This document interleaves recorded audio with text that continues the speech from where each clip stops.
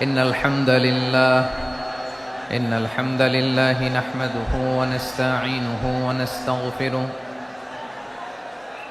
ونؤمن به ونتوكل عليه ونعوذ بالله من شرور أنفسنا ومن سيئات أعمالنا من يهده الله فلا مضل له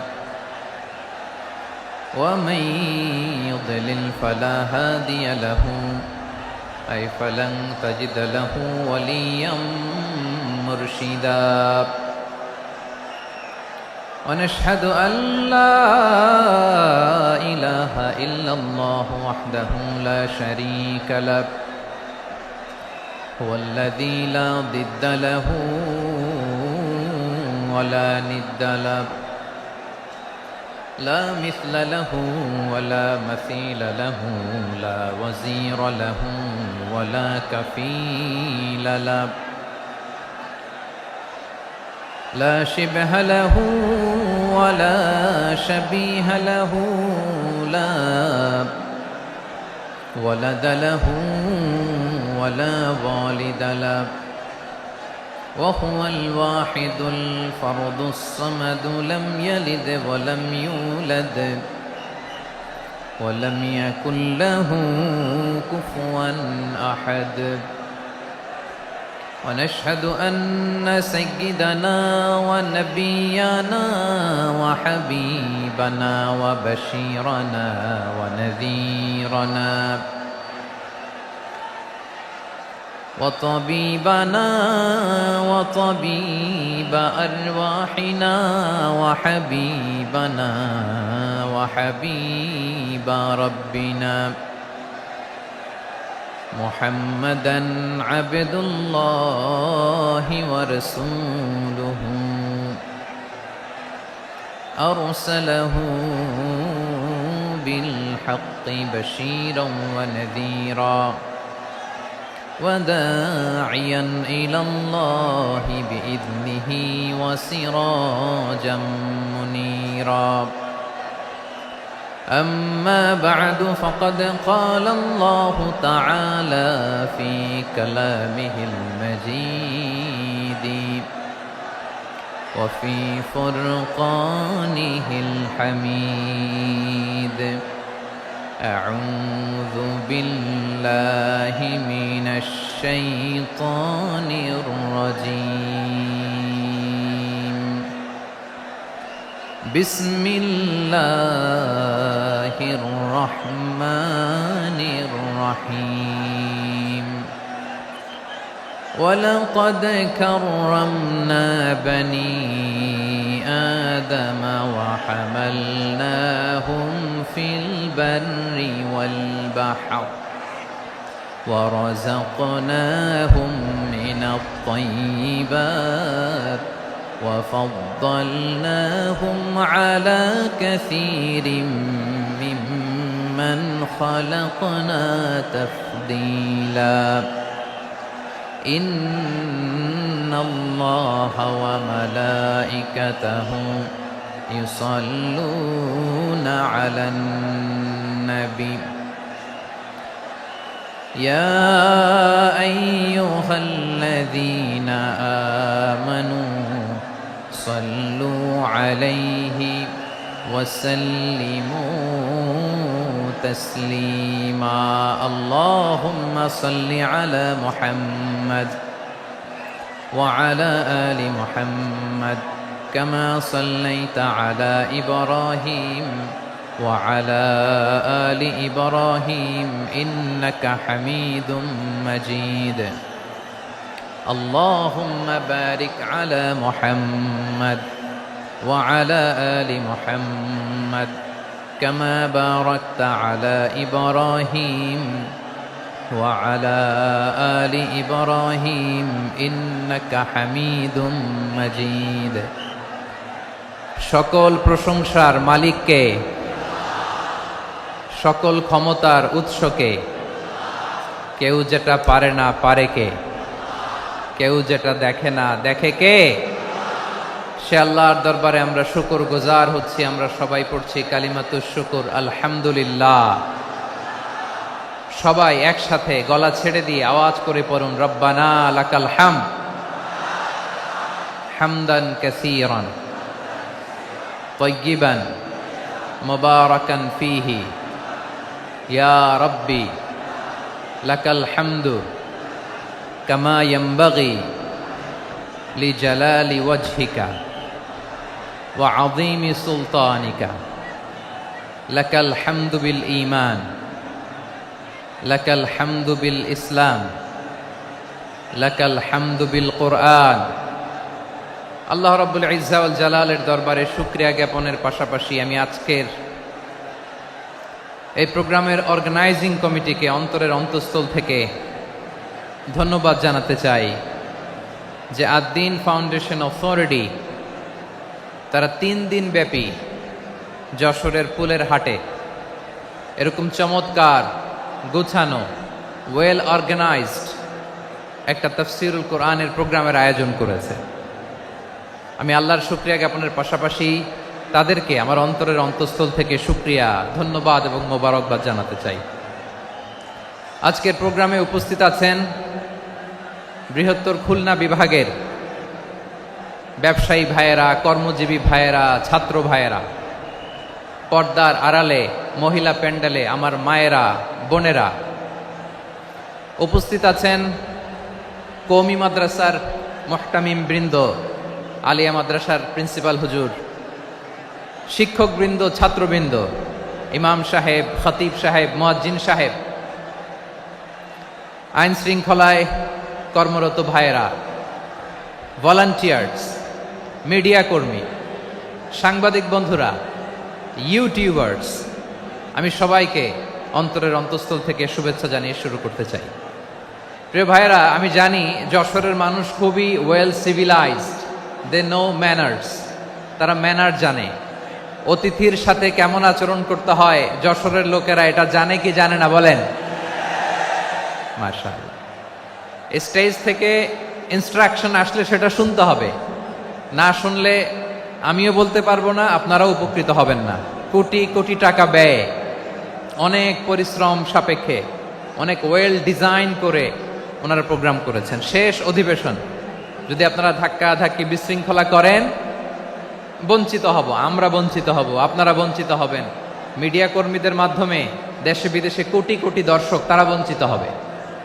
আর যদি একটা নীরব, নিস্তব্ধ, নিঝুম পরিবেশ আমাকে উপহার দেন, আমি জনগুরুত্বপূর্ণ, যেটা রাষ্ট্রের জন্য গুরুত্বপূর্ণ, যেটা সামাজিকভাবে আমাদের জন্য গুরুত্বপূর্ণ, আমার ব্যক্তি জীবনের জন্য গুরুত্বপূর্ণ, গোটা মানবতার জন্য গুরুত্বপূর্ণ, এরকম কিছু বার্তা আজকের এই ঐতিহাসিক যশোরের প্রোগ্রামে আমি রাখতে চাই ইনশাআল্লাহ। কিন্তু সেজন্য সহযোগিতা করতে হবে। যে ডান দিকের ছেলেরা মাশাআল্লাহ বলার সাথে সাথে ঠান্ডা, কিন্তু এখানে এখনো ঠান্ডা হচ্ছে না। তোমরা ভলান্টিয়ারদের কথা শোনো, জায়গা না পেলে পেছনে যাও, ধাক্কাধাক্কি করো কেন ভাইয়েরা? এটা করো না। এই যে তোমাদেরকে দেখতে পাচ্ছি তো, একে অপরকে ধাক্কা ধাক্কি করে আমাকে দেখার চেষ্টা, পেছনে চলে যাও। Move move on, move, sit or move. আমি বারবার থামুন, চুপ করুন বলতে পারবো না। Sit or move on. 9টা প্যান্ডেল আছে, এখানে ধাক্কাধাক্কির কোনো মানে হয় না। তোমরা ধাক্কাধাক্কি করবা, এই জন্য প্যান্ডেল করা হয় নাই 9টা। বসো, কোনো কথা নাই, বসো বসো। কানগুলো খরগোশের কানের মতো খাড়া করো, কোনো আওয়াজ নাই, আওয়াজ নাই, কোনো আওয়াজ নাই। এই যে প্রিয় ভাইয়েরা, আল্লাহর ওয়াস্তে চুপ করুন। যশোরের ভাইয়েরা, আল্লাহর ওয়াস্তে চুপ করুন। আমি 10 থেকে 0 গুনবো, এরপরে যদি আওয়াজ হয় চলে যাব, আমি চলে যাব, কিন্তু কোনো আওয়াজ নাই। আমি কিছু জিজ্ঞেস করলে উত্তর দেওয়ার সময় গলা ফাটায় আওয়াজ করতে হবে, ঠিক কিনা? বাস, এর বাইরে আর আওয়াজ নাই। 10 থেকে 0 গুনবো, হয় বসো, নয় অন্য প্যান্ডেলে যাও, কোনো আওয়াজ হবে না। 10, 9, 8, 7,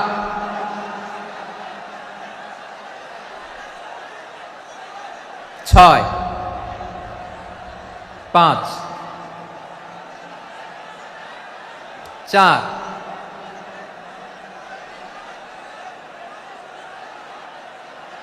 3 2 1 0। প্রিয় ভাইয়েরা, অনেক আলোচনা হয়েছে 3 দিন ব্যাপী। দেশ বরেণ্য প্রথিতযশা ওলামায়ে হযরতের মুখে আপনারা অসংখ্য কথা শুনেছেন। আমলের জন্য এগুলোই যথেষ্ট, নতুন করে আমার বলার কিছুর দরকার নাই। নতুন করে উপস্থাপনের মতো বলার মতো আমার কাছে কিছু নাইও। যা বলার ১৫০০ বছর আগে আল্লাহ তাআলা উম্মাহকে বলে দিয়েছেন, ঠিক কিনা? এমন কিতাব দান করেছে যে কিতাবে ভুল নাই, যতই পড়ি ততই শেখা যায়। বিয়ন্ডলেস, বাউন্ডলেস, বটমলেস, কুল কিনারা নাই, কুল কিনারা বিহীন সাগর। পড়েন সুবহানাল্লাহ। গত 3 দিন ধরে স্কলাররা যে সমস্ত বিষয়ে কোরআন সুন্নাহর আলোকে আলোচনা করেছে, আমরা যেন সেগুলোর উপর আমল করতে পারি। আল্লাহ তৌফিক দান করুক, আমরা পড়ি আমিন। আসুন, এখানে আসার বসার এই প্রোগ্রামে অংশগ্রহণ করার উদ্দেশ্যকে, নিয়তকে আমরা খালিস করে নেই। আজকে আমরা যা শুনবো শিখবো আমলের নিয়তে শুনবো, ঠিক কিনা বলেন? শেষ পর্যন্ত নীরবতা বজায় রাখবো। আমি উঠবো, আপনারা উঠবেন। এর আগে ওঠা যাবে না। স্কেডিউলে একটু চেঞ্জ এসেছে, এশার সালাত হয়নি। আমার আলোচনার পরপরই আজান হবে। এশার সালাতে আমরা জামাতে অংশগ্রহণ করে একসাথে বিদায় নেব ইনশাল্লাহ। বলেন। বিশৃঙ্খলা করলে আমার বুঝাতে, পয়েন্টগুলো শেয়ার করতে দেরি হবে। আর এই যে এরকম নীরব নিস্তব্ধ থাকলে সুবিধা হবে। আল্লাহর ওয়াস্তে বি স্মার্ট। জায়গা না হলে চলে যাবেন, আওয়াজ করবেন না। ভলান্টিয়াররাও আওয়াজ নয়, ইশারা ইঙ্গিতে। প্রিয় ভাইরা, যে টপিকটি নিয়ে আমি আপনাদের সামনে আজকে কথা বলতে চাই, টপিকটি অনেক গুরুত্বপূর্ণ। টপিকটি হচ্ছে হিউম্যান রিসোর্স ডেভেলপমেন্ট, মানব সম্পদ উন্নয়ন। কারণ আল্লাহ তাআলা আমাদের যা দেখ আর না দেখ এটা দিছে। মানুষ আর মানুষ, 18 কোটি মানুষ, ঠিক কিনা? এই 18 কোটি জনসংখ্যার দেশে বসবাস করে আমরা খুশি না বেজার? খুশি হইতে হবে, বেজার হইেন না। জাপানের খবর জানেন? তাদের গ্রোথ রেট নিচের দিকে, উল্টো। জনসংখ্যা নাই, বাচ্চা নিলে, সন্তান নিলে গভর্নমেন্ট তাদের টাকা দেয়। আমাদেরকে আল্লাহ তাআলা দয়া করে, মায়া করে এই সম্পদটা দিয়েছেন। এই মানব সম্পদকে যেন আমরা কাজে লাগাই ইনশাআল্লাহ। পড়েন সবাই। হিউম্যান রিসোর্স ডেভেলপমেন্ট অনেক জনগুরুত্বপূর্ণ বিষয়, খুব সেন্সিটিভ বিষয়। বুঝতে হবে যশোরের স্মার্ট ছেলেরা, এই যে আমি যাদেরকে দেখতে পাচ্ছি, all are the Gen Z of Jashore. যারা জেন জি, ওরা স্মার্ট, ওরা ইশারা ইঙ্গিতে কাজ করে। এই যে পুরো গদি উল্টায় দিছে, ঠিক কিনা? 24-এর ছাত্র নাগরিক অভ্যুত্থান আমাদের দেখিয়ে দিচ্ছে কিভাবে চোখের ইশারায় গদি উল্টে দিতে হয়। তো এই জেনজিদের নিয়ে বসেছে। ওরা তো স্মার্ট, ওরা ডিস্টার্ব করবে না। মেহরবানি করে আমার সাথে কানেক্ট করো, 1 to 1, brain to brain, eye to eye, eye contact করো আমার সাথে। তাকাও, কষ্ট হলো আমার দিকে তাকাও, আওয়াজ করা যাবে না, আমার দিকে তাকাও। প্রিয় ভাইয়েরা, হিউম্যান রিসোর্স ডেভেলপমেন্টের ব্যাপারে কিছু কথা বলবো। এই যে আমাদের বিশাল জনসংখ্যা, এই জনসংখ্যাকে কি করে জনসম্পদে রূপান্তরিত করা যায় এ ব্যাপারে কথা বলবো। আমি সূরাতু বনী ইসরাইলের 70 নম্বর আয়াত তেলাওয়াত করেছি। এই আয়াতের আলোকে কিছু কথা আমি আপনাদের সামনে বলবো। আল্লাহ তাআলা ইরশাদ করছেন, ওয়ালাকাদ কাররামনা বনী আদম ওয়া হামালনাহুম ফিল বাররি ওয়াল বাহরি ওয়া রাযাকনাহুম মিনাত তাইয়্যিবাত ওয়া ফাদ্দালনাহুম আলা কাসীরিম মিম্মান খালাকনা তাফদীলা। পড়েন আল্লাহু আকবার। রব্বুল আলামিন বলেন, ওয়ালাকাদ কাররামনা বনী আদম, আমি বনী আদমকে সম্মানিত করেছি, বনী আদমকে মর্যাদা দিয়েছি। ওয়া হামালনাহুম ফিল বাররি ওয়াল বাহর, বনী আদমকে জলে, স্থলে, স্থলে এবং সমুদ্রে চলাচলের বাহন দিয়েছি।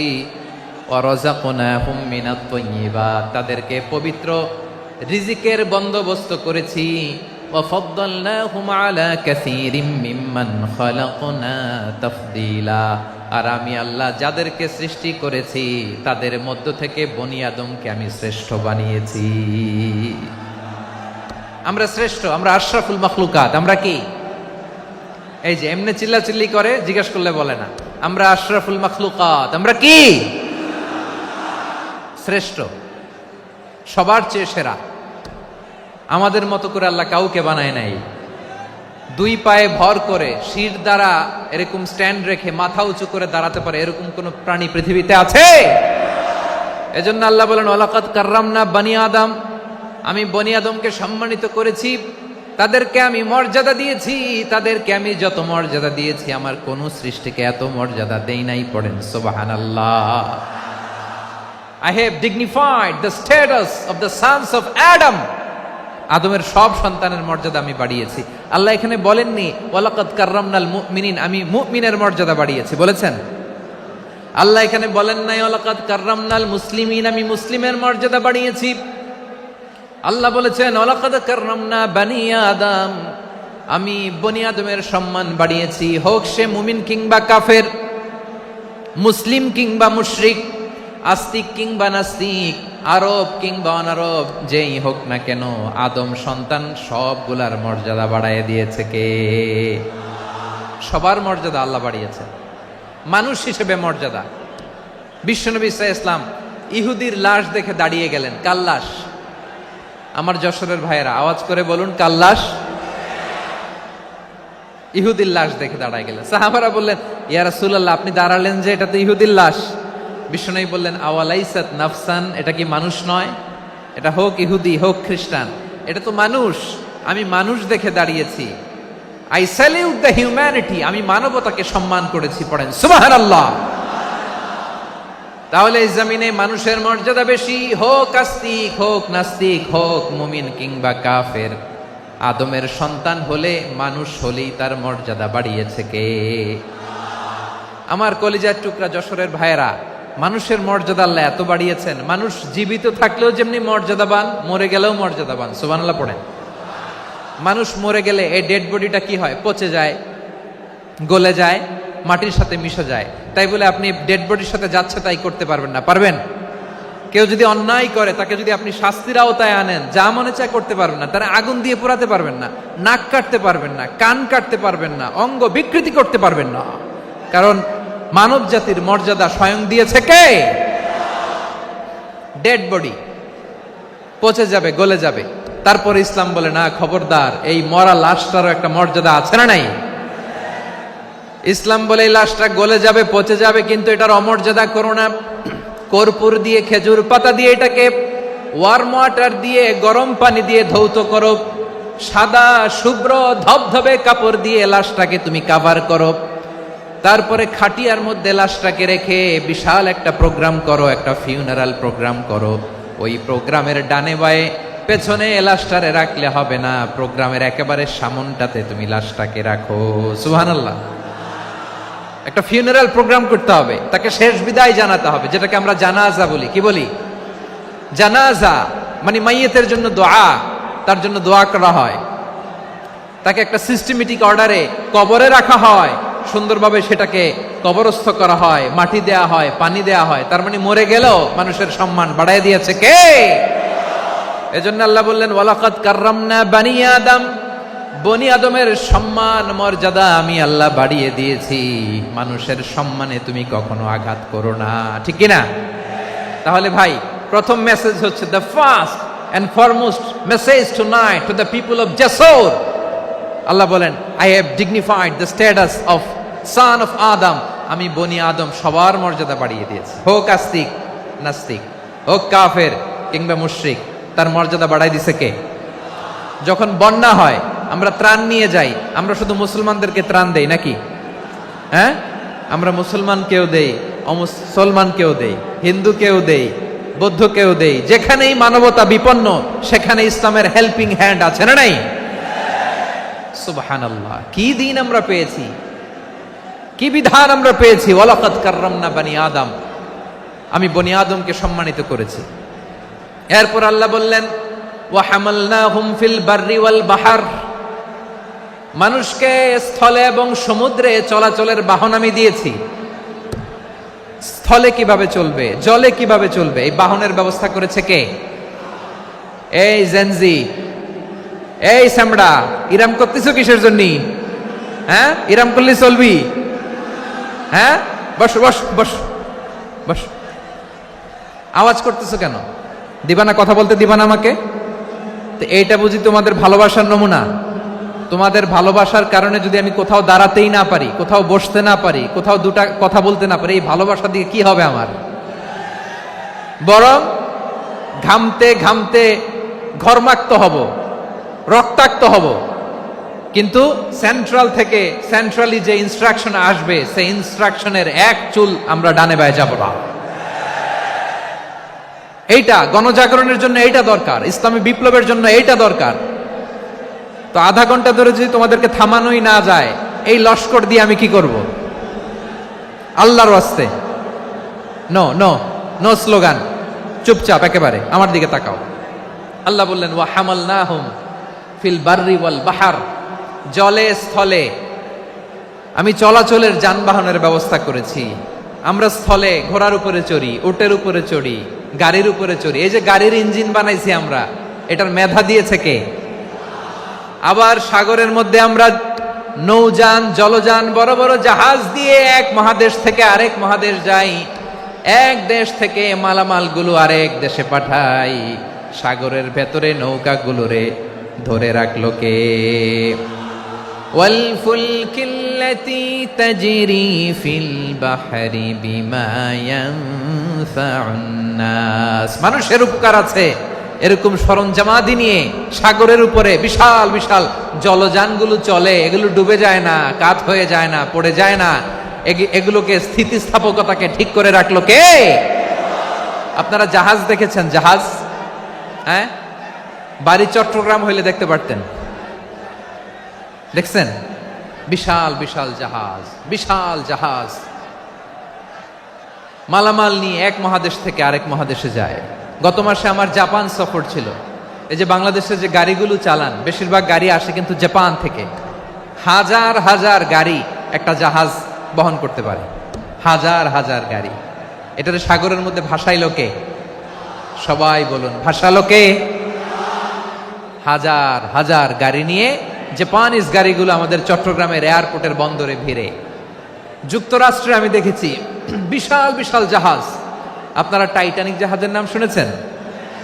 টাইটানিকেরও 8 গুণ 10 গুণ বড়।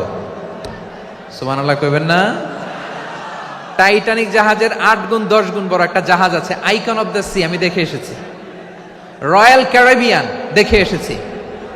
সাগরের সামনে জেটিতে যখন দাঁড়ালাম, জাহাজটা যখন যায়, আমার মনে হচ্ছে একটা শহর, গোটা শহর, the entire city is floating on the water. পুরো একটা শহর মনে হয় পানির উপর দিয়ে ভেসে যাচ্ছে। পড়েন সুবহানাল্লাহ। এই যে আইকন অফ দ্য সি, এই ক্রুজ, এই জাহাজটা, এটার ভিতরে স্টেডিয়াম আছে। কিসের ভিতরে স্টেডিয়াম? কথা বুঝে নাই বোধহয়। স্টেডিয়াম কিসের ভিতর? সুইমিং পুল আছে, শপিং মল আছে, রেস্টুরেন্ট আছে, ক্লাব আছে, 3000 4000 রুম বিশিষ্ট, কক্ষ বিশিষ্ট হোটেল আছে। এই সবগুলোর নিয়ে এগুলো চলে সাগরের এই দোলার মধ্যে, জলোচ্ছ্বাসের মধ্যে, এই সাগরের ভেতরে এই জাহাজগুলোর ভাষায় রাখছে কে? সূরাতুর আর রহমানে আল্লাহ তাআলা বললেন ওয়ালাহুল জাওয়ারিল মুনশাআতু ফিল বাহরি কাল আ'লাম ফাবিআইয়ি আলা, সবাই পড়েন ফাবিআইয়ি আলাই রাব্বিকুমা তুকাযযিবান। পাহাড় সম বড় বড় জাহাজগুলো মাল বোঝাই করে সাগরের মধ্যে ভেসে বেড়ায়। এগুলো দিয়ে মালামাল বহন করা যায়, মানুষরা এক দেশ থেকে আরেক দেশে যায়। এই জাহাজগুলোরে সাগরের ভেতরে ভাসায় রাখলো কে? এই আয়াতের ভেতরে আল্লাহ তাআলা সূরাত বনী ইসরাঈলের এই চমৎকার আয়াতের ভেতরে আল্লাহ তাআলা বেসিক্যালি মানব জাতির প্রতি তার 4টি স্পেশাল অনুগ্রহের কথা বলেছেন। কয়টি? 2টা বলে ফেলছি। 1 নাম্বার ওয়ালাকাদ কাররামনা বনী আদম, আমি বনী আদমের সম্মান বাড়াইছি। নাকি মুসলমানদের? নাকি মুসল্লিদের? কার সম্মান বাড়িয়েছি? বনী আদমের। তাহলে human dignity, the first part of the verse talks about the human dignity. 2 number অংশ আল্লাহ তাআলা বললেন ওয়া হামালনাহুম ফিল বাররি ওয়াল বাহর, স্থলে এবং সমুদ্রে আমি তাদের জন্য চলাচলের বাহন দিয়েছি। সুবহানাল্লাহ। তার মানে smooth movement on land and sea, জলে এবং স্থলে যাতে আমরা স্মুথলি মুভ করতে পারি আল্লাহ তাআলা দিয়েছেন। 3 নম্বরে আল্লাহ তাআলা বললেন ওয়ারাযাকনাহুম মিনাত তাইয়্যিবাত, মানুষের জন্য আমি পবিত্র রিজিকের ব্যবস্থা করেছি। জলে এবং স্থলে যত প্রাণী আছে সবগুলা প্রাণীকে রিজিক দেয় কে? আমাদেরকে রিজিক দেয় কে? সাগরের মাছগুলোকে, বড় বড় তিমি মাছগুলোরে রিজিক দেয় কে? বাতাসের মধ্যে ভেসে বেড়ানো বড় বড় পাখিগুলো, স্ক্যান্ডিনেভিয়ান কান্ট্রি থেকে লক্ষ লক্ষ কোটি কোটি পাখিগুলো যে এক দেশ থেকে আরেক দেশে ট্রান্সফার হয়, এগুলোর রিজিক দেয় কে? রব্বুল আলামিন বলেন ওয়ামা মিন দাব্বাতিন ফিল আরদি ইল্লা আলাল্লাহি রিজকুহা ওয়া ইয়ালামু মুস্তাকাররাহা ওয়া মুস্তাওদাআহা কুল্লুম ফি কিতাবিম মুবিন। আল্লাহু আকবার। রব্বুল আলামিন বলেন ভূপৃষ্ঠে বিচরণশীল যত প্রাণী আছে সব প্রাণীগুলোকে আমি আল্লাহ আমার নিজের কুদরতে রিজিকের বন্দোবস্ত করি। এই প্রাণীগুলো কোথায় থাকে, কোথায় যায়, সব জায়গায় আমি রিজিক পৌঁছে দেই। রিজিক কেউ দিতে পারে না, রিজিকের মালিক কে? রিজিকের মালিক তিনি আল্লাহ।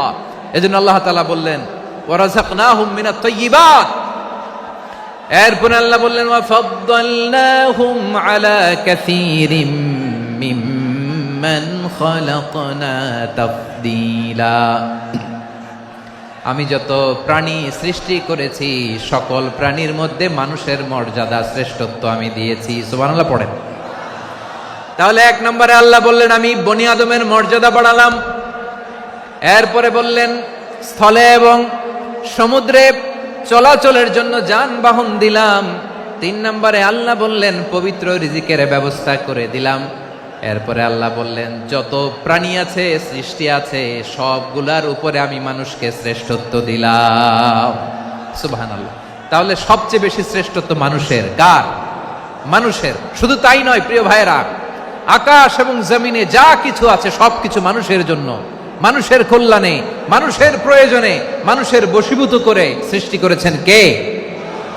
রব্বুল আলামিন বলেন হুয়াল্লাযী খালাকা লাকুম মা ফিল আরদি জামিআ। এই জমিনের মধ্যে যা কিছু আমি আল্লাহ সৃষ্টি করেছি সব কিছু আমি মানুষের জন্য সৃষ্টি করেছি। পড়েন সুবহানাল্লাহ। হুয়াল্লাযী খালাকা লাকুম মা ফিল আরদি জামিআ, যা আছে সব আমাদের জন্য, সব আমাদেরকে সার্ভিস দেওয়ার জন্য, আমাদের উপকারের জন্য, আমাদের কল্যাণের জন্য। আওয়াজ করে সবাই পড়ুন আল্লাহু আকবার। অন্য আয়াতে আল্লাহ বললেন ওয়াসাখখারা লাকুম মা ফিস সামাওয়াতি ওয়া মা ফিল আরদি জামিআম মিন ইন্না ফি যালিকা লাআয়াতিন লিকাউমিন ইয়াতাফাক্কারুন। প্রথমে আয়াতে আল্লাহ বললেন জমিনে যা আছে সব তোমাদের কল্যাণে আমি সৃষ্টি করলাম। এরপরে আল্লাহ বললেন আকাশেও যা আছে সব তোমাদের জন্য সৃষ্টি করলাম, তোমাদের অনুগত বানায় দিলাম। পড়েন সুবহানাল্লাহ। মানুষের কি ব্রেইন দেখেন, মানুষ জমিন ছেড়ে আকাশে চলে যায়। পাখি দেখে মানুষের শখ হলো পাখি যেহেতু উঠতে পারে আমরাও পারবো।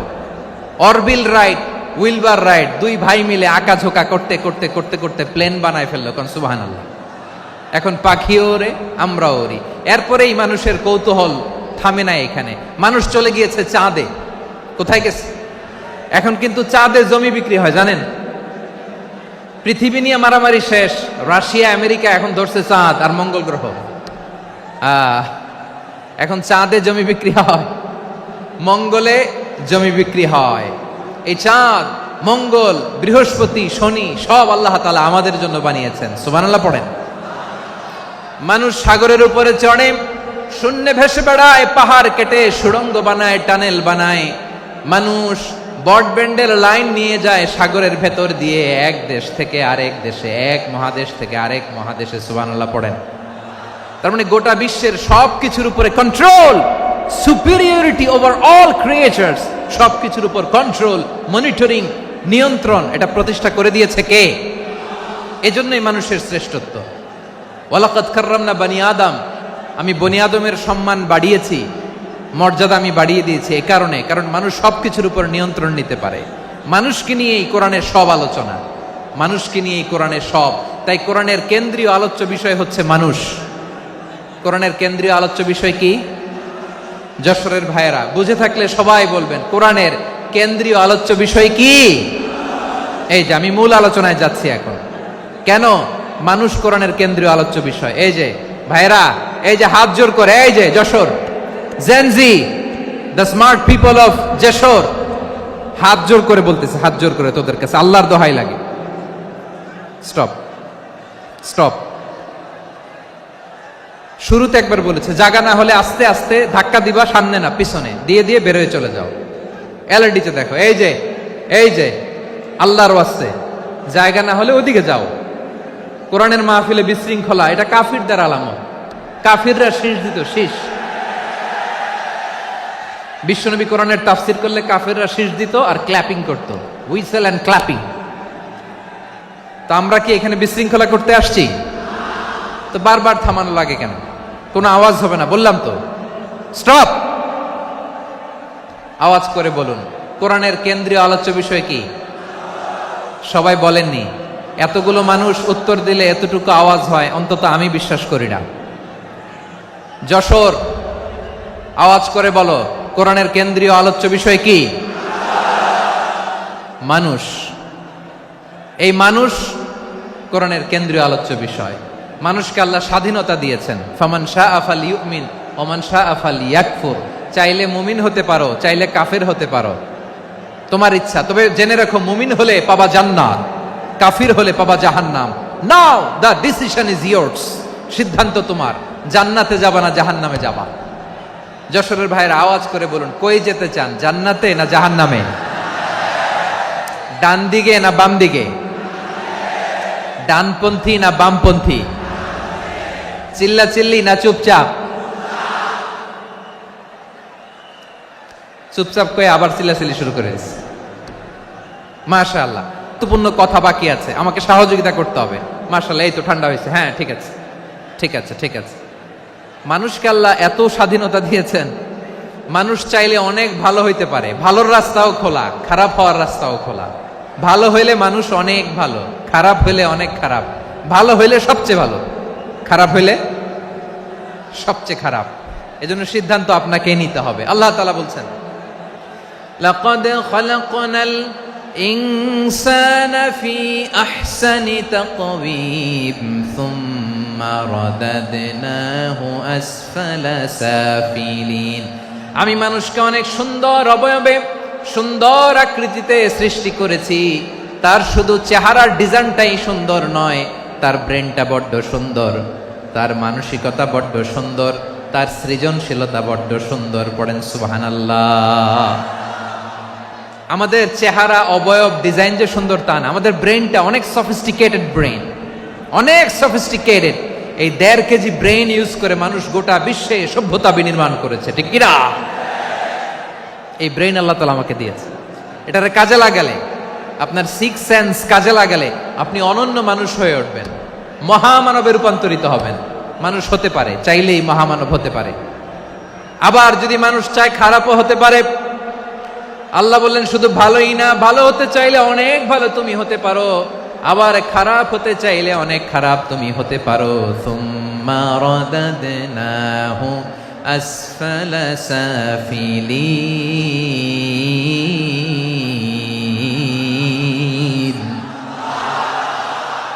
খারাপ হলে একেবারে খারাপ হতে পারো, নিকৃষ্ট হলে একেবারে নিকৃষ্ট হতে পারো, ভালো হলেও ভালো হতে পারো। কোন সুবহানাল্লাহ। এবার আওয়াজ করে বলুন, ভালো হতে চাই না খারাপ? শ্রেষ্ঠ না নিকৃষ্ট? মানুষ ভালো হলে মানুষ ফেরেশতার চেয়েও ভালো, মানুষ খারাপ হলে সে পশুর চেয়েও খারাপ। কথা ঠিক কিনা বলেন? ভালো হলে ফেরেশতার চেয়েও ভালো, খারাপ হলে পশুর চেয়েও নিকৃষ্ট। তার মানে শ্রেষ্ঠত্বে মানুষ শ্রেষ্ঠত্বে ফেরেশতাকে হার মানায়, আর অধপতনে শ্রেষ্ঠত্বে ফেরেশতাকে ছাড়িয়ে যায়, আর অধপতনে পশুকেও হার মানায়। আই রিপিট, আমি আবারও বলছি, মানুষ শ্রেষ্ঠত্বে ফেরেশতাকে ছাড়িয়ে যায়, আর অধপতনে সে পশুকেও হার মানায়। আওয়াজ করে বলতে হবে ঠিক কি না? এটার প্রমাণ কি?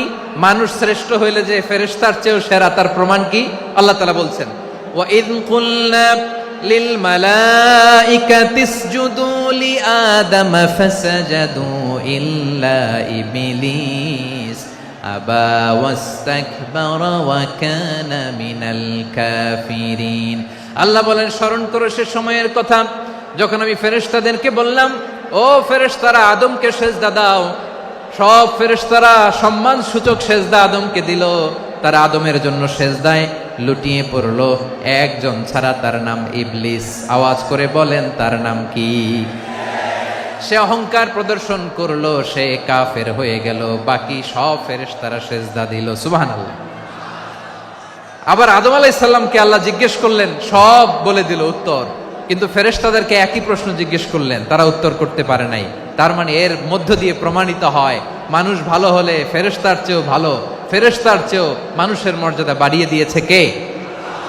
সব নূরের ফেরেশতা যখন মাটির আদমকে সেজদা দেয়, এটা প্রমাণ করে ফেরেশতার চেয়েও মানুষের মর্যাদা বাড়িয়ে দিয়েছে কে?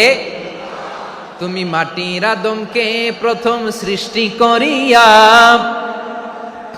ঘোষণা করিয়া দিলে শ্রেষ্ঠ বলিয়া, তাই তো নূরের ফেরেশতা করে আদমকে সেজদা। ঠিক কিনা বলেন?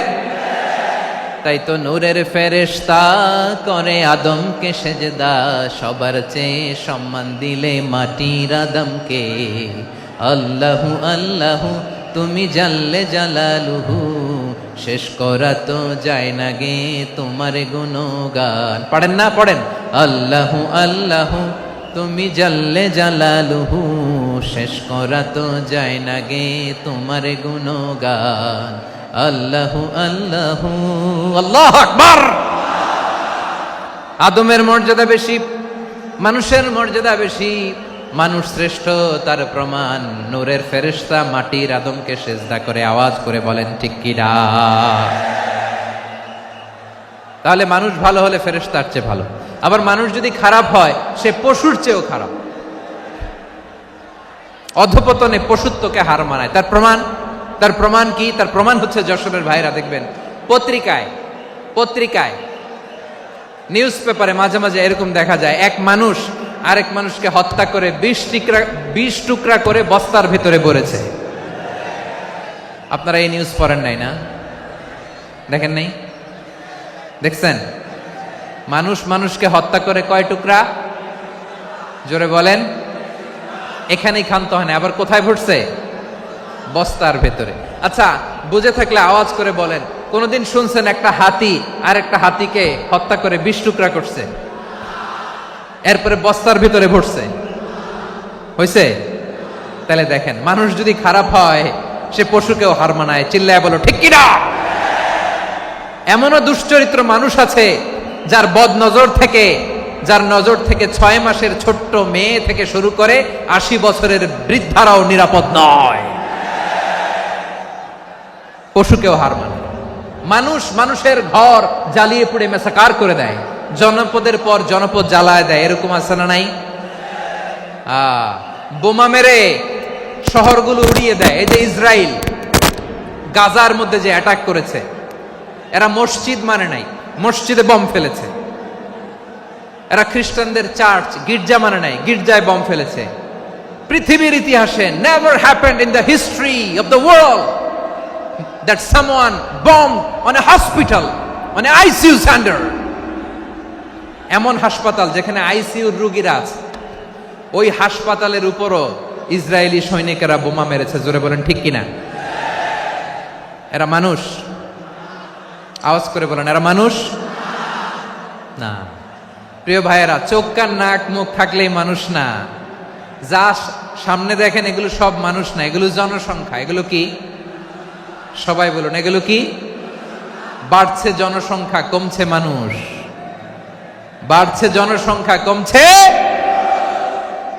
এই দুনিয়া এখন তো আর সেই দুনিয়া নাই, মানুষ নামের মানুষ আছে দুনিয়া বোঝাই,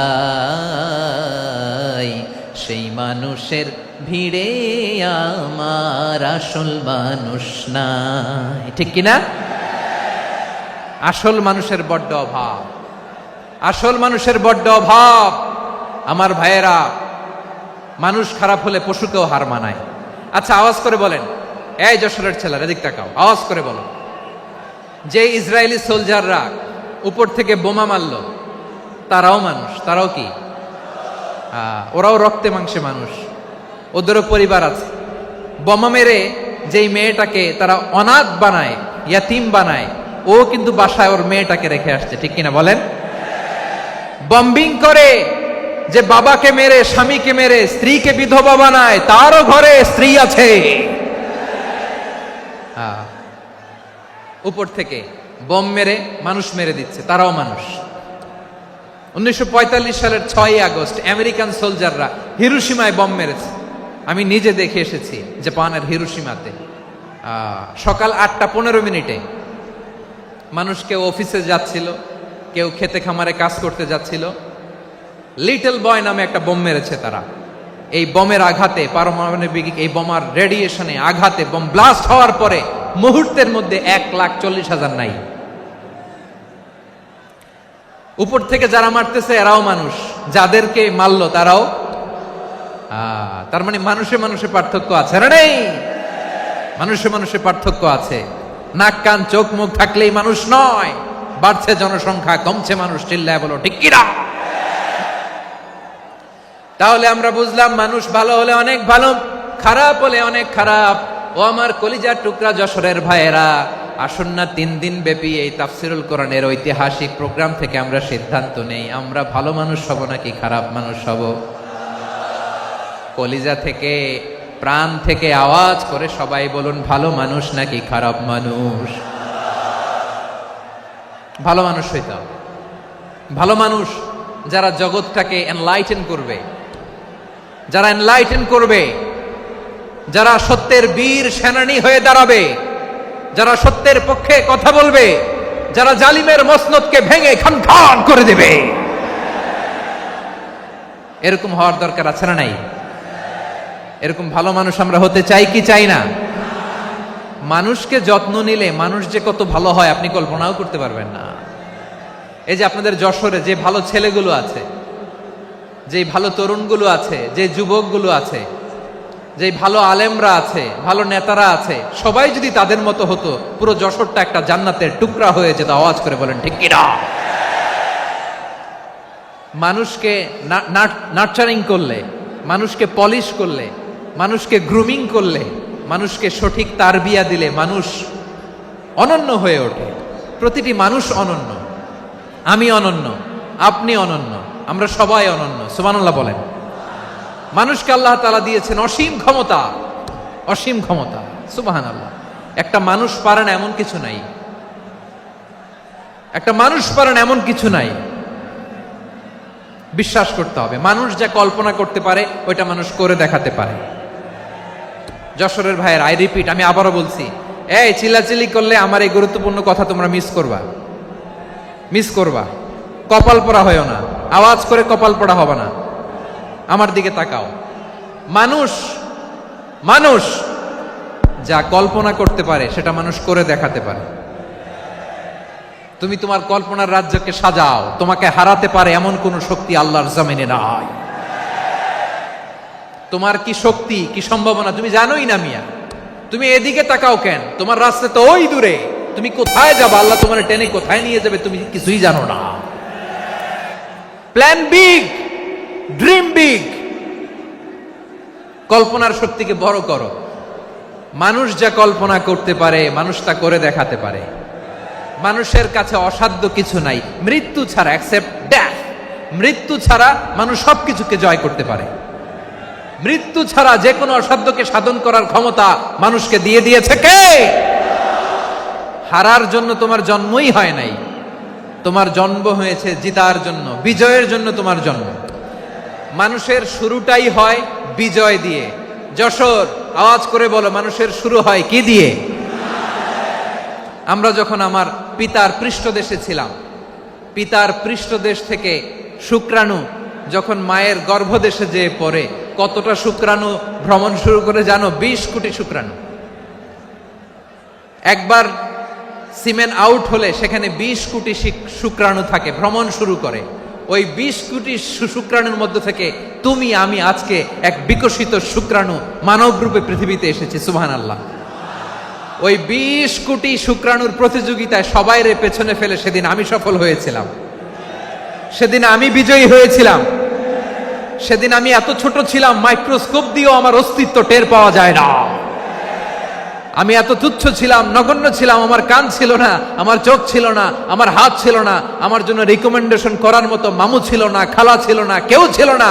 তারপরেও ওই প্রতিযোগিতায়, ওই কম্পিটিশনে যখন আমারে কেউ হারাতে পারে নাই, আল্লাহর জমিনেও আমারে কেউ হারাতে পারে না।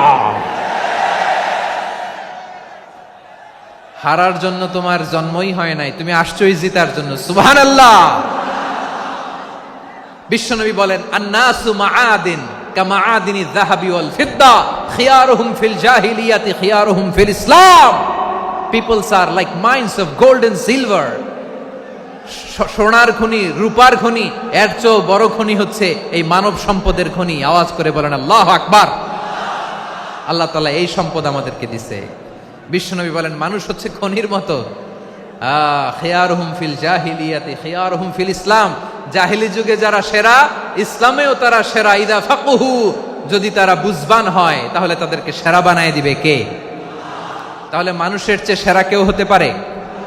মানুষের চেয়ে অনন্য কেউ হতে পারে? মানুষকে কেউ হারাতে পারে? আওয়াজ করে বলো, তোমাকে কেউ হারাতে পারবে? এই সাহস জাগছে আজকের আলোচনা থেকে। আমি তুমি অনন্য, আমাকে তোমাকে হারায় দেওয়া এত সহজ না, ঠিক কিনা?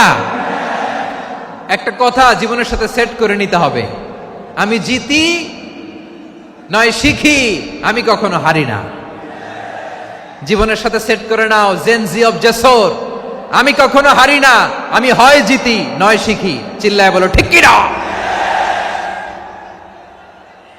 আমি কখনো হারি না, আমার হারানো এত সোজা না। কি সাহস জাগছে? বুকে সাহস জাগছে? তাকবীর পড়ো, লিল্লাহে তাকবীর। তাহলে বিশ্বনবী বললেন, নাসু মাআদিন, মানুষ হচ্ছে খনি। এই ধাক্কা ধাক্কি, আমি জানি এগুলো ভালোবাসার ধাক্কা ধাক্কি, এজন্য আমি সহ্য করে নেই। এগুলো যে ভালোবাসার ধাক্কা ধাক্কি, এটা আমরা বুঝি। পৃথিবীর কোন আইন, সিকিউরিটি প্রটোকল দিয়ে এটারে মানানো যাবে না, কারণ এটা তো ভালোবাসা, লাভ। লাভ কোনো আইন কানুন দিয়ে বাধা যায় না, মানানো যায় না, ঠিক কিনা বলো?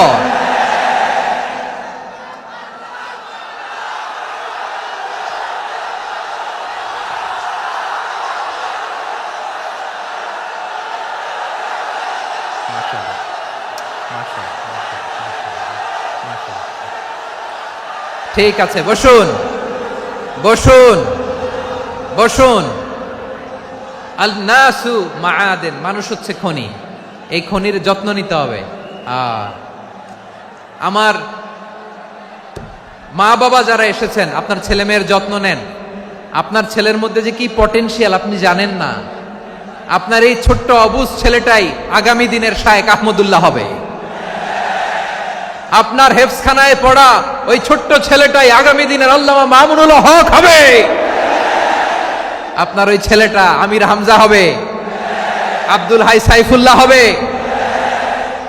এভাবে বড় বড় আলেম হবে, তারা যুগশ্রেষ্ঠ আলেম হবে। সেই একদিন এই বাংলাদেশের পার্লামেন্টে যে বক্তব্য দিয়ে যশোরের পক্ষে কথা বলবে। আপনি জানেন না, কাউকে ছোট করবেন না আপনি। ওর কনফিডেন্স আপনি কমাবেন না, আপনি কমাতে পারেন না। প্যান্ডেলে আমার যে মা বোনেরা আছেন, ছেলে মেয়েদেরকে কখনো ছোট করে কথা বলবেন না। ও যে কোথায় যাবে আপনি জানেন না। আপনি মা হয়ে তাকে সাহস দিবেন, তার কল্পনার জগৎটাকে সাজাতে তাকে উৎসাহিত করবেন, ঠিক কিনা বলেন? আর আমার প্যান্ডেলের আমার প্রিয় শ্রদ্ধাশীলা মায়েরা বোনেরা, আপনারা তো আরো দামি সম্পদ। বিশ্বনবী বলেন, আর দুনিয়া কুল্লুহা মাতা। আল্লাহ আল্লাহ আল্লাহ। বিশ্বনবীর কথার ওজন দেখেন, আর দুনিয়া কুল্লুহা মাতা ওয়া খায়রু মাতা'আদ দুনিয়াল মারআতুস সালিহা। বিশ্বনবী বলেন, দুনিয়ায় যা দেখো সব আল্লাহর দেওয়া অ্যাসেট, মানে সম্পদ। আর এত অ্যাসেটের ভিড়ে সবচাইতে শ্রেষ্ঠ সম্পদ হচ্ছে নেককার নারী। সুবহানাল্লাহ। ভাইয়েরা বোনের সাথে খারাপ আচরণ করো না, সন্তান মায়ের সাথে খারাপ আচরণ করো না। আমাদের মায়েরা আমাদের asset, they are our priceless asset.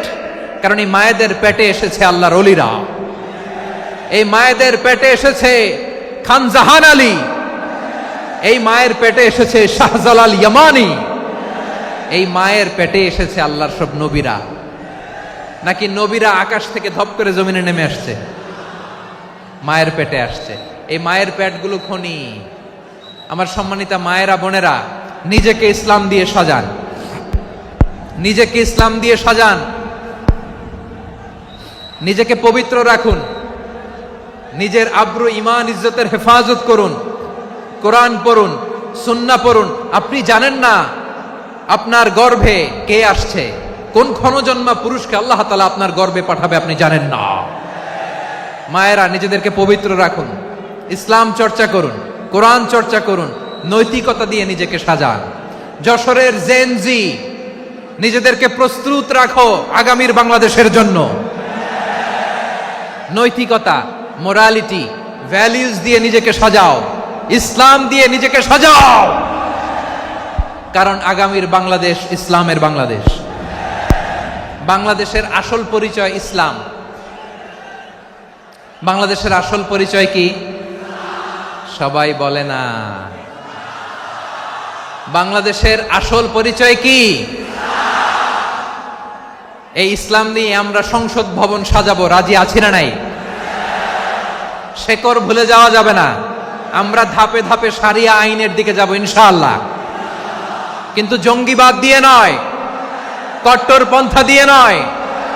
আমরা ইন্টেলেকচুয়ালি, গ্রাজুয়ালি, ধাপে ধাপে শারিয়া আইনের দিকে মুভ করব ইনশাআল্লাহ। বলো লিল্লাহি তাকবীর। এদেশের আসল পরিচয় সবাই বলে না, আওয়াজ করে, এদেশের আসল পরিচয়। এদেশে আজান শুনে সূর্য ওঠে শহর গ্রামে, এদেশে আজান শুনে সূর্য ডুবে সন্ধ্যা নামে, এদেশে সকল কাজে সবাই বলে বিসমিল্লাহ, এদেশে ভালো কিছু দেখে শুনে হাসি মুখে সবাই বলে মাশা আল্লাহ। সুবহানাল্লাহ, সুবহানাল্লাহ, সুবহানাল্লাহ, সুবহানাল্লাহ, সুবহানাল্লাহ, সুবহানাল্লাহ, সুবহানাল্লাহ, সুবহানাল্লাহ। ও নবীন তরুণ, তোমার কিসের এত ভয়? জেনে রেখো বাংলাদেশের আসল পরিচয়। বাংলাদেশের আসল পরিচয় ইসলাম। আওয়াজ তুলে বলো, আসল পরিচয় কি? এদেশে পরস্পরে দেখা হলে দেয় সালাম, এদেশে আমজনতার হৃদয় জুড়ে পাক্কা আলাম। ঠিক কি না? এদেশে বিপদ এলে সর্বজনে সর্বক্ষণে দোয়া পড়ে ইন্না লিল্লাহ, সুবহানাল্লাহ, সুবহানাল্লাহ, সুবহানাল্লাহ, সুবহানাল্লাহ। এদেশে আজান শুনে সূর্য ওঠে শহর গ্রামে, এদেশে আজান শুনে সূর্য ডুবে সন্ধ্যা নামে, এদেশে সকল কাজে সবাই বলে বিসমিল্লাহ, এদেশে ভালো কিছু দেখে শুনে হাসি মুখে সবাই বলে মাশা আল্লাহ। সুবহানাল্লাহ, আওয়াজ করে সুবহানাল্লাহ, সুবহানাল্লাহ, সুবহানাল্লাহ, সুবহানাল্লাহ। সবাই একসাথে সুবহানাল্লাহ, সুবহানাল্লাহ, সুবহানাল্লাহ, সুবহানাল্লাহ। এদেশের আসল পরিচয় কি? আওয়াজ করে বলতে ভয় লাগে। এদেশের আসল পরিচয় কি? ইসলাম দিয়ে আমাদের সংসদ ভবন চলুক, আমরা চাই কি চাই না? বঙ্গভবনে লা ইলাহা ইল্লাল্লাহর পতাকা উড়ুক, আমরা চাই কি চাই না? প্রতিটি জেলা অফিসে, ডিসি অফিসে লা ইলাহার পতাকা ঝুলুক, আমরা চাই কি চাই না? কারা কারা চাই হাত তুলে আল্লাহরে দেখায়।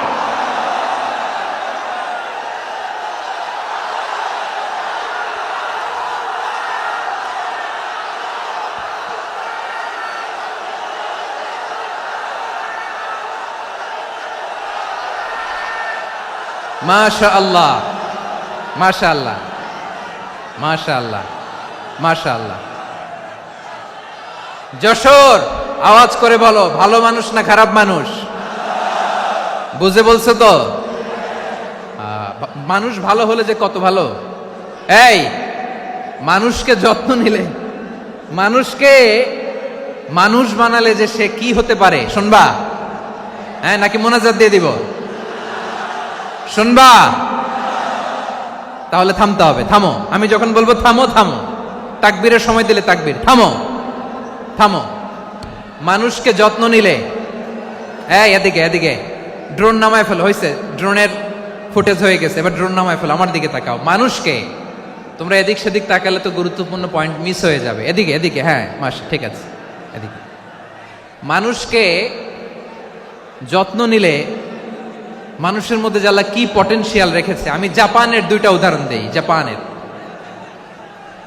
এই এই এভাবে এভাবে হবে, হয় বসো নয় পেছনে, কথা নাই, কথা তো বলাই যাবে না, হারাম কথা বলা। আজকে একেবারে চুপ, আজকের জন্য হারাম করে দিছে আমি, এই কিছু সময়ের জন্য একেবারে নিষিদ্ধ। জাপানের দুইটা উদাহরণ দেই, খেয়াল করে একটু শুনেন, বুঝবেন। আল্লাহ, 2022 সালে জাপানের সাথে জার্মানির খেলা, ফিফা ওয়ার্ল্ড কাপ 2022। এক পক্ষে জাপান, আরেক পক্ষে কোন দেশ? কথা শোনে নাই। এক পক্ষে কোন দেশ, আরেক পক্ষে? সবাই এক পক্ষে, আরেক পক্ষে। ওই খেলায় জিতেছিল জাপান, জিতেছিল 22 সালের এই ফিফা ওয়ার্ল্ড কাপে। জাপান ফুটবল খেলায় জিতে, as a part of their celebration তারা খেলার পরে পুরো স্টেডিয়ামটারে ক্লিন করে। The fan base of Japan, লক্ষ লক্ষ মানুষ খেলা দেখতে যায়, তো এত ডাস্টবিনও তো নাই। তো যারা ডাস্টবিনে জায়গা পায় নাই, তারা এই যে চকলেটের প্যাকেট, পানির বোতল, চিপসের প্যাকেট তারা এদিকে সেদিকে রেখে দিয়েছে। জাপানের ভক্তরা, জাপানের ফলোয়াররা, as a part of their celebration তারা খেলার পরে পুরো স্টেডিয়ামের সব ময়লা আবর্জনা ক্লিন করে তারপরে বিদায় নিয়েছে। তাদেরকে কি ক্লিন করার দায়িত্ব দেয়া হয়েছিল? এই যশোর, জাপানের যে ছেলেরা খেলা দেখতে গেছিল ওদেরকে কি ক্লিন করার দায়িত্ব দিছিল? তারা কি স্টেডিয়ামের পরিচ্ছন্নতা কর্মী? তাদের আকল, তাদের সিক্স সেন্স তাদেরকে বলেছে। ছোটবেলা থেকে জাপান গভর্নমেন্ট ওদেরকে এত পরিচ্ছন্নতা শেখায়, ক্লিনলিনেস অ্যাওয়ারনেস ক্যাম্পেইন করায়। ক্লাসে আমি দেখেছি, ক্লাসে নিজের বেঞ্চ নিজে মুছে, ক্লাসের মাঝখানে একটা সময় দেয়, নিজের টেবিল নিজে মুছে, নিজের ক্লাসরুমটা নিজে পরিষ্কার করে। রাস্তাঘাটে একটা ধুলা নাই, ময়লা নাই, একটা টিস্যু নাই। খেলার পরে গোটা বিশ্বকে তাক লাগিয়ে দিয়েছে। জাপানের ফ্যানরা সবার রেখে যাওয়া গার্বেজ, টিস্যু, বোতল পরিষ্কার করে তারপরে স্টেডিয়াম থেকে বিদায় নিয়েছে। আমরা কেন এমন হইতে পারলাম না? আমরা কেন এমন হইতে পারলাম না? জাপানের যারা এগুলো করছে ওদের 3টা করে চোখ না? চোখ তো 3টা জাপানা লাগো, জাপানা লাগো। হাত তো 4টা, কান তো 6টা। হ্যাঁ, নাকি আমার মতো 2 হাত 2 কানালা মানুষ? চোখে দেখলে ওটা মানুষ না। চিন্তা করছেন? তার মানে জাপানিজদেরকে যে গ্রুমিং করে শিখানোর মাধ্যমে পরিচ্ছন্ন বানানো গেছে। ওরা যেমনি মানুষ, আমরাও মানুষ। আমাদের সন্তানদেরকে শেখালে তারাও পারবে, পারবে কিনা? 2 নম্বর উদাহরণ বলি। চট্টগ্রাম ফেনীতে যারা গিয়েছেন, মেঘনা গুমতি ব্রিজ প্রকল্প নাম শুনছেন? মেঘনা একটা ব্রিজ পার হওয়া লাগে। এই মেঘনা গুমতি, এখানে 3টা ব্রিজ কাঁচপুর সহ, এই 3টা ব্রিজের নির্মাণ কাজ, রেনোভেশনের কাজ দেয়া হয়েছিল জাপানের একটা কোম্পানিকে। কাকে? জাপানের কোম্পানি। নির্মাণ শেষে 738 কোটি টাকা বেঁচে গেছিল, এটা গভর্নমেন্টের হাতে দিয়ে তারা বিদায় নিয়েছে। কত টাকা? 738 কোটি টাকা। যত প্রাক্কলিত ব্যয় নির্ধারণ করা হয়েছে সব টাকা সরকার, তৎকালীন সরকার 2019-এর সরকার, কারা ছিল তো জানেন? এই 2019-এর সরকার তাদেরকে দিয়েছে। তারা রিনোভেশন নির্মাণ শেষে 738 কোটি টাকা অতিরিক্ত বেঁচে গেছিল, এটা আবার গভর্নমেন্টের হাতে বুঝাই দিয়ে তারা বিদায় নিচ্ছে। আমরা কেন এমন হইতে পারলাম না? জাপানের ওরাও মানুষ, আমরাও মানুষ। তার মানে মানুষে মানুষে পার্থক্য আছে না নাই? আচ্ছা, জাপানের 2টা উদাহরণ দিলাম, এবার আমার দেশের 2টা উদাহরণ দিব না? বাংলাদেশের 2টা উদাহরণ দিই। 1 নম্বর উদাহরণ, গত সপ্তাহে আপনারা জানেন কক্সবাজার আমার একটা প্রোগ্রাম ছিল, তো হেলিকপ্টারে গিয়েছিলাম। ফেনী জেলা যখন পার হচ্ছি আমি দেখলাম 3টা উইন্ডমিল চিনেন তো, বিশাল পিলার, 3টা-4টা পাখা থাকে, বায়ু বিদ্যুৎ কেন্দ্র, বাংলাদেশের প্রথম বায়ু বিদ্যুৎ কেন্দ্র এটা, মুহুরী প্রজেক্ট বলে এটার সম্ভবত, মুহুরী প্রজেক্ট। তো সাগরের বাতাসের ঝাপটায় এটা ঘুরে এনার্জি হয়, ইলেকট্রিসিটি উৎপাদন হয়। তো আমি পাইলটকে বললাম, ভাই এগুলো থেকে কেমন ইলেকট্রিসিটি উৎপাদন হয়? কয় হুজুর একটু হয় না, কিছুই হয় না। কিছুই হয় না মানে? বলে হুজুর বাংলাদেশে যত উইন্ডমিল আছে এটার পাখা একটাও ঘুরে না। আল্লাহ, বলেন কি? তাহলে এই যে কোটি কোটি টাকা ব্যয় করে যে উইন্ডমিল, কয় হুজুর ভিতরে ফিটফাট, উপরে ফিটফাট, ভিতরে সদরঘাট। তার মানে কোটি কোটি টাকা দিয়ে এই উইন্ডমিল বানায়, এখানে কিছু নাই, দুর্নীতির আড্ডাখানা, আখড়াখানা বাংলাদেশ, ঠিক কিনা বলেন? হায় রে, জাপানিজরাও মানুষ, আমরাও মানুষ। আমার এক নিকটাত্মীয় সরকারি চাকরিজীবী, উনি আমাকে বললেন, বাংলাদেশের আর একটা উদাহরণ দেখি। উনি আমাকে বললেন যে প্রতি বছর আমাদের অফিসের ফার্নিচার চেঞ্জ করে। আমি বললাম প্রতি বছর ফার্নিচার চেঞ্জ করে কেন? বলে যে ফার্নিচার নতুন পারচেজ করলেই তো ওইখানে টাকা, নতুন কিনতে পারলেই টাকা, নতুন উন্নয়নের সবক শোনাতে পারলেই টাকা। প্রথম আলোর রিপোর্ট, কি আলো? প্রথম আলোর রিপোর্ট, গত 15 বছরে উন্নয়নের নামে লুটপাট হয়েছে প্রায় 3.25 লাখ কোটি টাকা। কার রিপোর্ট? আমাদের বানানো কথা, প্রথম আলোর রিপোর্ট। গত 15 বছরে কারা ছিল জানেন তো? হ্যাঁ, শুধু ওনাদেরকেই দোষ দিয়ে লাভ নাই। স্বাধীনতার পর থেকে শুধু শাসকের হাত বদল হয়েছে, আমরা কিছু পাই নাই, ঠিক কিনা বলেন? শুধু ওনাদের দোষ দিয়ে কি লাভ? একদল খাইছে, আরেক দল খাওয়ার জন্য রেডি হয়ে আছে। আমরা এরকম চাই না, জনগণকে ফুটপাতে বসাই দিচ্ছে। প্রিয় ভাইয়েরা, তাহলে জাপানের মানুষও মানুষ, আমরাও মানুষ। সিদ্ধান্ত আপনার, কোন মানুষ হবেন, ভালো মানুষ না খারাপ মানুষ? আজকের আলোচনার বিষয় হচ্ছে মানব সম্পদের উন্নয়ন, human resource development. It's a process to increase the capacity of knowledge, skill, capacity of the people of a country. একটা দেশের মানুষের জ্ঞান, তাদের দক্ষতা কি করে বাড়ানো যায়, বাড়িয়ে দেশের উন্নয়ন করানো যায়, এটাই হচ্ছে মানব সম্পদ উন্নয়নের মূল কথা। তাহলে মানব সম্পদ হচ্ছে একটা দেশের সবচাইতে শক্তিশালী পুঁজি। প্রাকৃতিক সম্পদ, খনিজ সম্পদের চেয়েও দামি হচ্ছে মানব সম্পদ। আমার প্রিয় যশোর, প্রাকৃতিক সম্পদ, খনিজ সম্পদের চেয়েও দামি সম্পদ কি সম্পদ? আল্লাহ তাআলা দয়া করে আমাদেরকে এই মানব সম্পদ দিয়েছেন। আসুন আমাদের এই মানুষগুলোকে আমরা সোনার মানুষ বানাই। রাজি আছেন তো সবাই? রাজি আছেন? মানুষ পারে না এমন কোনো কিছু নাই, চাইলে সব পারে। এজন্য মানুষকে তারবিয়া দিতে হবে, যথাযথভাবে তাদেরকে গড়তে হবে। আসুন আমরা সিরাতের আয়নায় বিশ্বনবীর জীবনী থেকে দেখি তিনি কিভাবে হিউম্যান রিসোর্সকে ম্যানেজ করতেন। যদি আপনাদের সময় হয়, দু একটা উদাহরণ দিয়ে আজকে আমি আমার আলোচনার বিদায় নিব। হবে সময় হবে কয়েক মিনিট? হ্যাঁ, শান্ত থাকবেন তো? শান্ত থাকবা? হ্যাঁ, ঠিক আছে। এই ধাক্কার মধ্যে ঢুকছে, এবার মজা বুঝতেছো তো? হ্যাঁ, মানা করছিলাম না? ঠিক আছে, টের পাও। হ্যাঁ, ঠিক আছে। যে আওয়াজ করবে আমি ওকে দেখতেছি, কে কে আওয়াজ করে দেখতেছি। শেষ কথা, শেষের দিকে চলে আসছি। বিষ্ণু ইসলাম কিভাবে হিউম্যান রিসোর্সকে ম্যানেজ করতেন, মজার কথা আছে কয়েকটা, বলে বিদায় নিব। বিশ্বনবী কিভাবে এই মানব সম্পদকে ম্যানেজ করতেন। বিশ্বনবী, he was a very good talent hunter, চৌকস ট্যালেন্ট হান্টার ছিল। কার মধ্যে কি ট্যালেন্ট আছে দেখলেই বুঝে ফেলতেন। সুবহানাল্লাহ পড়বেন না? কি নবী আমরা পেয়েছি! He was a very good talent hunter. আমার নবী, তিনি চৌকস ট্যালেন্ট হান্টার ছিলেন। কার মধ্যে কি প্রতিভা বের করতেন, ওই প্রতিভাকে ইসলামের কল্যাণে কাজে লাগাতেন। সুবহানাল্লাহ বলেন। যাকে যেই জায়গায় সেট করলে ভালো হবে তাকে ওই জায়গায় সেট করতেন। কয়েকজন সাহাবীর জীবনী শোনাই। আবু মাহজুরা রাদিয়াল্লাহু তাআলা আনহু, মক্কার মুয়াজ্জিন, আগে ছিল মুশরিক, পরে হয়েছে মুমিন। উনি কিভাবে মুমিন হইলেন এই ঘটনাটা একটু আপনাদের শোনাতে চাই। তা আপনাদের তো সময় নাই হাতে। হ্যাঁ, সময় আছে। এই জেনজি শেষ করে দিল আজকের প্রোগ্রামটা। 1 ঘন্টা ধাক্কা ধাক্কি করে কেমনে দাঁড়ায় আছে আমি বুঝলাম না।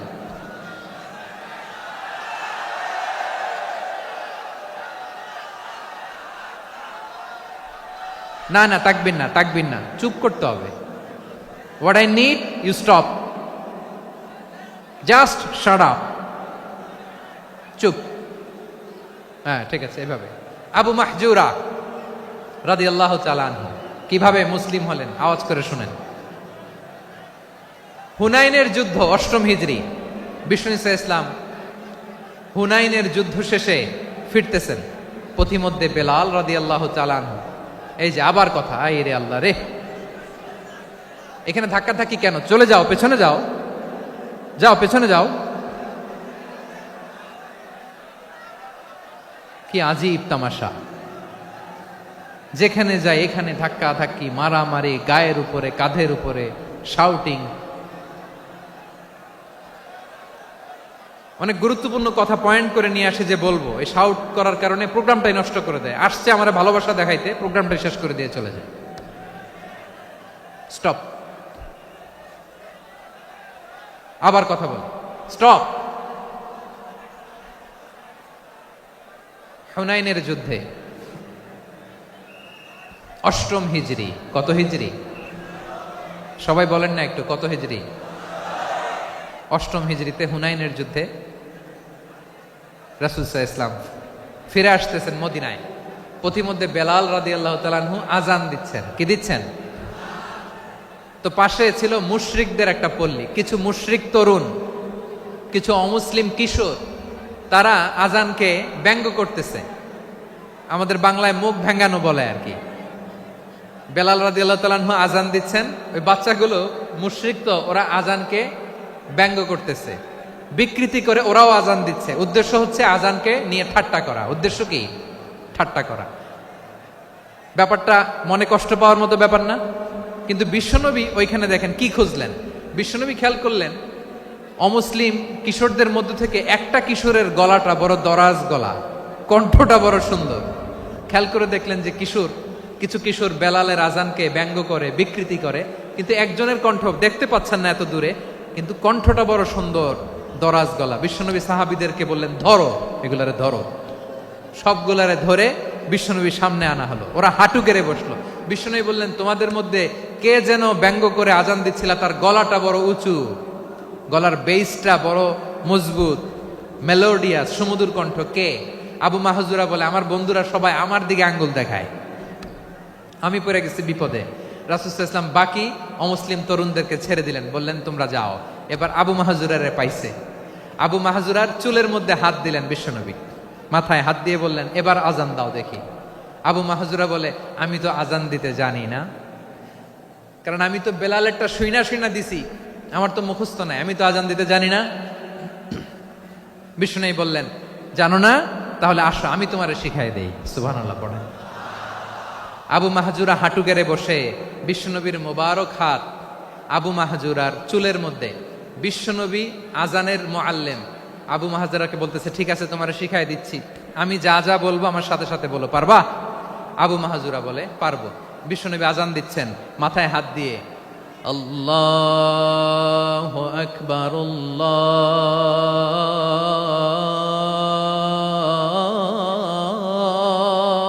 আকবার। আবু মাহজুরা এই বাক্যটা পড়লেন। বিশ্বনবী দ্বিতীয় বাক্য পড়তে আরম্ভ করলেন,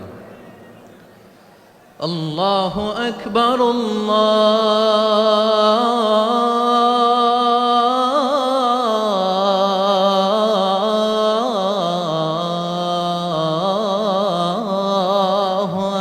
আকবার। আবু মাহজুরা এই বাক্যটাও বললেন। বিশ্বনবী আবু মাহজুরার মাথার মধ্যে হাত দিয়ে তৃতীয় বাক্য বললেন, আশহাদু আল্লা ইলাহা ইল্লাল্লাহ।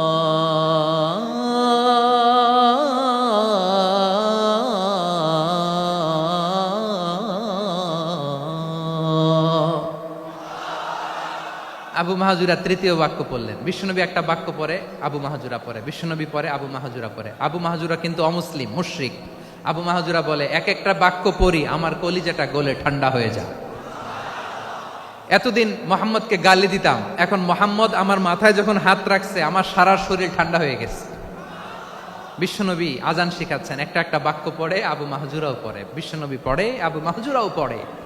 পুরো বাক্যগুলো যখন শেষ, আজান শেষ, আবু মাহজুরাও যখন পুরো আজান পড়লেন, আবু মাহজুরা বললেন, এতদিন মোহাম্মদের চেহারা দেখলে আমার ঘৃণা লাগতো, আজ থেকে মোহাম্মদের চেহারার চেয়ে প্রিয় চেহারা আমার কাছে নাই। আবু মাহজুরা বললেন, ও মুহাম্মদ, আজানের বাক্য তো আপনি আমারে শেখালেন, এখানেই শেষ করবেন না, আপনি আমারে পড়ায় দেন লা ইলাহা ইল্লাল্লাহু মুহাম্মাদুর রাসূলুল্লাহ সাল্লাল্লাহু আলাইহি ওয়াসাল্লাম। বিশ্বনবীর সাথে দাঁড়িয়ে উনি শাহাদা পড়ে মুসলমান হয়ে গেলেন। এবার আবু মাহজুরা বলে, ইয়া রাসূলুল্লাহ, ইয়া হাবিবাল্লাহ, আমি মুমিন হয়েছি, মুসলমান হয়েছি, আপনার কাছ থেকে আজান শিখার সৌভাগ্য আমি লাভ করেছি গো নবী। আমার কণ্ঠের বড় তারিফ করেছেন আপনি, আমার আজানকে আপনি পছন্দ করেছেন। একটা জিনিস আপনার কাছে চাই, আপনি আমাকে মক্কার মসজিদুল হারামের মুয়াজ্জিন হিসেবে অ্যাপয়েন্ট করে দে। বিষ্ণু ইসা ইসলাম বললেন, যাও আবু মাহজুরা, আমি তোমাকে পৃথিবীর শ্রেষ্ঠতম মসজিদ মক্কার মসজিদুল হারামের মুয়াজ্জিন হিসেবে অ্যাপয়েন্ট করে দিলাম। দেখছেন কিভাবে ট্যালেন্ট হান্টিং করতে হয়, কিভাবে হিউম্যান রিসোর্স মানব সম্পদকে ব্যবহার করতে হয়। আসছিল আজানকে ভেঙাইতে, আসছিল কেন? আজানকে ব্যঙ্গ করার জন্য, বিকৃত করার জন্য। আজানকে বিকৃত করতে যে ইসলামের সবচেয়ে শ্রেষ্ঠ মসজিদের মুয়াজ্জিন হয়ে গেল। পড়েন সুবহানাল্লাহ। হযরত আবু মাহজুরা রাদিয়াল্লাহু তাআলা আনহু ওনার এই সুললিত কণ্ঠ ব্যবহার করে মসজিদুল হারামে এত সুন্দর করে আল্লাহু আকবার বলে আজান দিতেন, মানুষগুলোর, মুসল্লিগুলোর, মক্কাবাসীর হৃদয়কে তিনি বিগলিত করে দিতেন, মানুষের হৃদয়কে ঠান্ডা হয়ে যেত। শুধু এখানেই শেষ না আমার যশোরের ভাইয়েরা, বিশ্বনবী যখন সাইয়েদনা আবু মাহজুরা রাদিয়াল্লাহু তাআলা আনহুকে আজান শিখাচ্ছিলেন, বলেন তো বিশ্বনবীর হাতটা কোথায় ছিল? আবু মাহজুরার মাথার সামনে, এই চুলের উপরে ছিল। আবু মাহজুরা ওই স্মৃতিটাকে ধারণ করবার জন্য, ওই স্মৃতিকে বহন করার জন্য বিশ্বনবীর মোবারক হাত আবু মাহজুরার কপালের চুলের যেই জায়গায় লেগেছে, মৃত্যুর আগের দিন পর্যন্ত আবু মাহজুরা মাথার ওই চুলে কোনোদিন ছুরি আর কামার লাগায় নাই, সেখানে কেচি লাগায় নাই, চুলের মধ্যে খুর লাগায় নাই। আবু মাহজুরা ডান দিকের চুল কাটতো, বাম দিকের চুল কাটতো, পেছনের চুল কাটতো, সামনের চুল কাটতো না। আবু মাহজুরা রাদিয়াল্লাহু তাআলা আনহুর সামনের চুলগুলো বড় হতে হতে যখন এত বড় হয়ে যায়, তিনি চুলগুলো পেঁচিয়ে মাথার মধ্যে রাখতেন, তারপরে তিনি পাগড়ি পরতেন। সবাই জিজ্ঞেস করতো, আবু মাহজুরা, এটা আবার কেমন স্টাইল? দেখতে তোমারে কি বিদঘুটে লাগে, কেমন অড লাগে, কেমন খারাপ দেখা যায়। মক্কায় এমন কোন মানুষ তো দেখি নাই, ডানে চুল কাটে, বায়ে চুল কাটে, পেছনে চুল কাটে, সামনে কাটে না। ওরে আবু মাহজুরা, কেমন দেখা যায় তোমারে, তুমি সামনের চুল কাটো না কেন? আবু মাহজুরা বলে, আমি হাঁটু গেড়ে পেয়ারা নবীর সামনে বসেছিলাম, আমার এই মাথার চুলের মধ্যে মুবারক হাত লাগিয়ে বিশ্বনবী নিজে আমাকে আজানের প্রতিটা বাক্য শিক্ষা দিয়েছেন। বিশ্বনবীর মোবারক হাত, পবিত্র হাত আমার মাথার চুলের যেই জায়গায় লেগেছে, আমি চাই ওই চুলগুলা নিয়ে আমি আমার কবরের ভিতরে যাব। সাইয়েদনা আবু মাহজুরা রাদিয়াল্লাহু তাআলা আনহু ইন্তেকালের আগের পর্যন্ত মাথার সামনের চুলগুলা কাটে নাই, মাথার সামনের চুল তিনি কাটেন নাই। সুবহানাল্লাহি বিহামদি। কেমন ভালোবাসতেন বিশ্বনবী সাহাবীদেরকে, সাহাবারা কেমন ভালোবাসতেন বিশ্বনবীকে। সামনের চুলগুলো বড় হতে হতে এত বড় ছিল, পেঁচিয়ে রেখে পাগড়ি পরতেন, কাটতেন না। নবীর হাত লেগেছিল। সুবহানাল্লাহ পড়েন। তাহলে what is the lesson, moral of the story কি? মোরাল অফ দ্য স্টোরি হচ্ছে, আসছিল আজানকে ব্যঙ্গ করার জন্য, বিকৃত করার জন্য, হয়ে গেল মসজিদুল হারামের মুয়াজ্জিন। দেখেন বিশ্বনবী একটা খারাপ সিচুয়েশনের মধ্যে থেকে কি ভালো জিনিস বের করে আনলেন। আমি যে শুরুতে বলেছি কিভাবে তিনি হিউম্যান রিসোর্সকে ডেভেলপ করেছেন, ম্যানেজ করেছেন। তিনি যে চৌকুশ ট্যালেন্ট হান্টার ছিল দেখেন, সবার মধ্যে থেকে এর বাছাই করে মুয়াজ্জিন বানাই দিয়েছেন। সুবহানাল্লাহ পড়েন। তার মানে এই না সবাইরে ধরে ধরে উনি মুয়াজ্জিন বানাইছেন। যার যেই ট্যালেন্ট আছে তাকে ওই কাজে অ্যাসাইন করেছেন। যার যেই প্রতিভা আছে তার প্রতিভাকে ইসলামের কাজে লাগিয়েছেন। সুবহানাল্লাহ পড়েন। যায়েদ বিন সাবেত রাদিয়াল্লাহু তাআলা আনহু নাম শুনেছেন? যশোর কথা বেরোয় না। যদি জিগায় সালমান খানের নাম শুনছেন, সবাই হাত তুলবে, জি হুজুর শুনছি, মানে সব দেখা শেষ। সালমান খান, আমির খান, অমুক খান, সব খান মুখস্থ, কিন্তু যায়েদ বিন সাবেতের নাম মুখস্থ নাই মুসলমানদের। যেই সাহাবী মাথার সামনের চুল কাটে নাই, মসজিদুল হারামের মুয়াজ্জিন বানাইছেন বিশ্বনবী, সাহাবীর নাম কি? খায়া ফেলাইস, স্লোগানের সাথে খায়া ফেলাইস। আবু মাহজুরা, কি নাম? আবু মাহজুরা আল জুমাহি রাদিয়াল্লাহু তাআলা আনহু। এই নামটা আজকে নিয়ে যাইতে হবে যশোর। আবু মাহজুরা রাদিয়াল্লাহু তাআলা আনহু। 2 নম্বরে বলছিলাম যায়েদ বিন সাবেত রাদিয়াল্লাহু তাআলা আনহু। বিশ্বনবী দেখলেন মদিনার এই আনসারী সাহাবী হাইলি ট্যালেন্টেড, ইন্টেলেকচুয়াল, মেরিটোরিয়াস, জ্ঞানের প্রতি তার আকর্ষণ, মারাত্মক আকর্ষণ। বিশ্বনবী তাকে দায়িত্ব দিলেন, কোরআন যা নাজিল হয় তুমি লিখো, কাতিবুল ওয়াহি বানায় দিলেন। সুবহানাল্লাহ। যায়েদ বিন সাবেতরে আবার আজান শিখান নাই, কারণ তার মধ্যে বিশ্বনবী প্রতিভা দেখেছেন, একাডেমিক প্রতিভা। বিশ্বনবীর একাডেমিক প্রজেক্টগুলো তিনি হ্যান্ডেল করতেন। যায়েদ বিন সাবেত ছিল বিশ্বনবীর ব্যক্তিগত সচিব। কি ছিল? ব্যক্তিগত সচিব। বোঝেন নাই? বিশ্বনবীর ব্যক্তিগত সচিব এবং দোভাষী। ইহুদিরা কিছু লিখে দিলে এটার অর্থ বিশ্বনবীরে বুঝায় দিতেন, আবার ইহুদিদের কাছে কিছু লিখতে হলে তিনি লিখে দিতেন। বিশ্বনবী একদিন বললেন, ইন্নী ওয়াল্লাহি মা আমানু ইয়াহুদা আলা কিতাব। ইহুদিরা যে চিঠি পাঠায় অর্থ তো বুঝি না, আরেক ইহুদি আইনে অর্থ করা লাগে।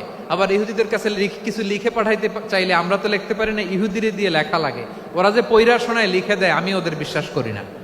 আমার নিজের একজন লোক দরকার। বিশ্বনবী এই যায়েদ বিন সাবেতকে চুজ করলেন ল্যাঙ্গুয়েজের জন্য। উনি বললেন, যায়েদ, তোমার সফট স্কিলকে ডেভেলপ করতে হবে, তুমি হিব্রু ল্যাঙ্গুয়েজ শিখে ফেলো। যায়েদ বিন সাবেত বলল, বিশ্বনবীর মোটিভেশন আর ইন্সপিরেশন পেয়ে আমি 15 দিনে ইহুদিদের এই হিব্রু ল্যাঙ্গুয়েজ শিখে ফেললাম। শুধু শিখে ফেললাম না, হাত্তা হাদিকতু, even I became master in the language. এই ভাষা আমি পারদর্শী হয়ে গেলাম। এরপরে ইহুদিরা চিঠি লিখে পাঠালে আর কোনো ইহুদি ডাকা লাগতো না, আমি নবীর এটার অর্থ শুনে পরে বুঝাই দিতাম। আবার ইহুদিদের কাছে চিঠি লেখা লাগলে আমি যায়েদ বিন সাবেত চিঠি লিখে দিতাম। সুবহানাল্লাহ।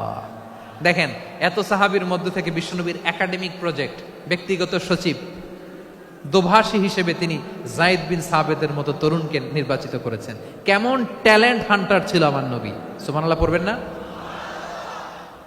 বিশ্বনবীর ইন্তেকালের পরে সাইয়েদনা আবু বকর রাদিয়াল্লাহু তাআলা আনহু যখন খলিফা হয়ে আসলেন, কোরআনকে সংকলনের দায়িত্ব দেয়া লাগবে, কোন সাহাবীকে দিবেন? সব সাহাবারা মিলে পরামর্শ করলেন। সাইয়েদনা আবু বকর, ওমর সবাই মিলে বিশাল কোরআন সংকলনের গুরু দায়িত্ব বিশ্বনবীর ব্যক্তিগত সচিব, বিশ্বনবীর দোভাষী, বিশ্বনবীর সিলেক্ট করাই লোক যায়েদ ইবনে সাবেত রাদিয়াল্লাহু তাআলা আনহুকে দিয়েছে। কোরআনের কবি তো আজকে এখানে রাখে নাই। এই যে আজকের যে কোরআন পড়েন, এটা আগে এরকম ছিল না। কোরআন নাজিল হলে সাহাবারা চামড়ার, ওটের চামড়ায় লিখে ফেলতো, ওটের চ্যাপ্টা হাড্ডির মধ্যে লিখে ফেলতো, গাছের গুড়ির মধ্যে লিখে ফেলতো, বিভিন্ন জনের কাছে ছড়ানো ছিটানো ছিল। আবু বকর রাদিয়াল্লাহু তাআলা আনহু একসাথে করলেন, পরবর্তীতে উসমান রাদিয়াল্লাহু তাআলা আনহু একসাথে করলেন। 114 সূরার এখন এই মুসহাফ, এই কম্পাইলেশন, এই কপি আমরা পেয়েছি, যার হিউজ কন্ট্রিবিউশন ছিল। এই পুরো কোরআন কম্পাইলেশনের প্রজেক্ট ম্যানেজার ছিল যায়েদ বিন সাবেত রাদিয়াল্লাহু তাআলা আনহু। কোরআন কম্পাইলেশনের প্রজেক্ট ম্যানেজার। দেখেন, উনারে মাথায় হাত দিয়ে আজান শিখায় নাই। সুবহানাল্লাহ কইবেন না? তাহলে প্রথম সাহাবী আবু মাহজুরাকে মুয়াজ্জিন বানাইলেন, যায়েদ বিন সাবেতকে ব্যক্তিগত সচিব আর দোভাষী বানালেন, মুসআব ইবনে উমাইর রাদিয়াল্লাহু তাআলা আনহুকে ইসলামের প্রথম অ্যাম্বাসেডর বানালেন। তাহলে তৃতীয় নাম্বার একজন সাহাবীর নাম বলছি, মুসআব ইবনে উমাইর। মুসআব কি নাম? নামটা কেমন লাগে? এই কয়েকজনের ভাল লাগে, বাকিদের ভাল লাগে না? ভাল লাগে? এই এই আর কয়েকটা মিনিট দেওয়া যাবে না আমাকে আল্লাহর রাস্তে? হ্যাঁ ঠিক আছে, আমি তোমাদেরকে ভালোবাসা দেখাবো, দোয়া করব যদি চুপ থাকো, একেবারে চুপ, কষ্ট সহ্য করো, বাকিরা যা সওয়াব পাবে তোমরা ডবল পাবা, যেহেতু কষ্ট বেশি, কিন্তু চুপ। 3 নম্বর সাহাবীর নাম মুসআব। এই ধাক্কাধাক্কি কেন, ধাক্কাধাক্কি কেন রে ভাই? না না না, এরকম হইলে আসবো না যশোর, আমি আর আসবো না। হয় পিছনে চলে যাও, নাহলে চুপ, ধাক্কাধাক্কি নাই। 3 নম্বর সাহাবীর নাম মুসআব। কি নাম? He was the first ambassador in Islam. ইসলামের প্রথম ডিপ্লোমাট, প্রথম কূটনৈতিক, ইসলামের প্রথম কূটনৈতিক, ইসলামের প্রথম ডিপ্লোমাট, প্রথম অ্যাম্বাসেডর মুসআব ইবনে উমাইর। মক্কার তরুণ যুবক, উনি পারফিউম লাগাইলে মানুষ দেখলেই বুঝতো এটা মুসআব লাগাইছে। এমন ড্যাশিং ফেসের ছিল, এমন স্মার্ট ড্যাশিং ফেস, এমন পার্সোনালিটির মানুষ ছিল মুসআব রাদিয়াল্লাহু তাআলা আনহু। কারণ যিনি ইসলামের স্পোকম্যান হবেন, মুখপাত্র হবেন, তার স্মার্ট হওয়ার দরকার আছে না নাই? আকাবার প্রথম শপথ যখন হলো, তাদের সাথে বিষ্ণু ঈসা ইসলাম মদিনাতে একজন মুখপাত্র পাঠালেন, ডিপ্লোমাটকে পাঠালেন, অ্যাম্বাসেডর অফ ইসলাম, তিনি হচ্ছেন মুসআব ইবনে উমাইর। পড়েন সুবহানাল্লাহ। বিশ্বনবী দেখলেন সে অনেক স্মার্ট, তার ডেডিকেশন আছে, সিনসিয়ারিটি আছে, এবং মদিনায় যে আউস খাজরাজ গোত্রের নেতাদের সাথে ডিল করতে হবে, ইহুদিদের সাথে ডিল করতে হবে, ওখানে একজন পাক্কা জানু খেলোয়াড়ের দরকার আছে না নাই? মুসআব ইবনে উমাইর রাদিয়াল্লাহু তাআলা আনহু, ওনাকে বিষ্ণু ঈসা ইসলাম চুজ করলেন। এবং বিষ্ণু ঈসা ইসলামের এই চুজিংটা, এই সিলেকশনটা এত সুন্দর ছিল, তিনি মদিনাতে যে বিশ্বনবী আসার আগেই মদিনার জমিনকে তিনি উর্বর করে ফেলছেন। প্রতিটা ঘরে ঘরে কালিমার দাওয়াত তিনি পৌঁছায় দিচ্ছেন। জুমার বিধান নাজিল হয়েছে, কিন্তু মক্কায় পরিবেশ নাই জুমা পালনের। বিষ্ণু ঈসা ইসলাম একজনকে দিয়ে খবর পাঠালেন, যাও মদিনায় মুসাবকে যে বলো, মুসাব তো আমার শিক্ষক, আমার স্পোকম্যান, মদিনাতে যেন তারা জুমা কায়েম করে। বিশ্বনবীর আগেই মুসআব মদিনার মুসলিমদেরকে নিয়ে মদিনায় প্রথম জুমা কায়েম করে ফেলছে। কোন সুবহানাল্লাহ। ডিপ্লোমাটদের কেমন হইতে হয়, অ্যাম্বাসেডারের কেমন হইতে হয়, মুসআব রাদিয়াল্লাহু তাআলা আনহুর কাছ থেকে শিখে নাও। মুসআব নামটা কেমন লাগে? যশোর যাদের সন্তান হবে, ছেলে সন্তান, আমার রাস্তায় পাইলে সবাই জিজ্ঞেস করে, হুজুর একটা নাম দেন, আমার ছেলে হবে। যশোরবাসীর জন্য আমি একটা নাম দিয়ে দিলাম, নাম রাখতে হবে মুসআব। কি নাম? নামটা যাদের ভাল লাগে, ছেলে সন্তান অনাগত আসবে, মনে চাইলে নাম রেখে দিবেন মুসআব রাদিয়াল্লাহু তাআলা আনহুর নামে মুসআব। তাহলে মুসআব রাদিয়াল্লাহু তাআলা আনহুকে বিশ্বনবী ল্যাঙ্গুয়েজ শিখান নাই, সফট স্কিল শিখান নাই। যায়েদ রাদিয়াল্লাহু, তিনি হিব্রু ল্যাঙ্গুয়েজ শিখেছেন, সুরিয়ানি শিখেছেন, কিন্তু মুসআবকে তিনি বানিয়েছেন the spokesman of Islam, the first diplomat, the ambassador of Islam. সুবহানাল্লাহ পড়বেন না? আব্দুল্লাহ ইবনে আব্বাস রাদিয়াল্লাহু তাআলা আনহু, বিশ্বনবীর কাজিন, চাচাতো ভাই। আবার মাইমুনা রাদিয়াল্লাহু তাআলা আনহু, মাইমুনা নবীর স্ত্রী, তিনি ছিলেন আব্দুল্লাহর আপন খালা। তো নবীর বউ যদি ওনার খালা হয়, নবী তার কি? বুঝে নাই, নবী তার কি? খালু। তাহলে সম্পর্ক অনেক গভীর, কাজিন আবার খালু। ছোট্ট মানুষ, তাই রাতে মাঝে মাঝে ঘরে থাকতো। বিশ্বনবী দেখলেন আব্দুল্লাহ যেহেতু আমার ঘরে ঢুকতে পারে, আব্দুল্লাহরে এই উম্মতের বড় শিক্ষাবিদ বানাইতে হবে। কথা বোঝে নাই? আব্দুল্লাহকে কি বানাইতে হবে? শিক্ষাবিদ, এডুকেটর অফ দিস উম্মাহ, এই উম্মার শিক্ষাবিদ বানাইতে হবে। তাই আব্দুল্লাহ ইবনে আব্বাসকে বিশ্বনবী হাতে কলমে শিক্ষা দিয়েছেন। আহারে, আর এরপরে যে কি ভাষা আসবে তোমাদের জন্য আমার মুখ থেকে আমি নিজেও জানি না, আমি নিজেও জানি না। 1 ঘন্টা যাবত ধাক্কা ধাক্কি মারামারি। তো আসতে বলছে কে তোমাকে? পেছনে চলে যাও, জায়গা না পেলে। পুরো প্রোগ্রামটাই নষ্ট করে দিল।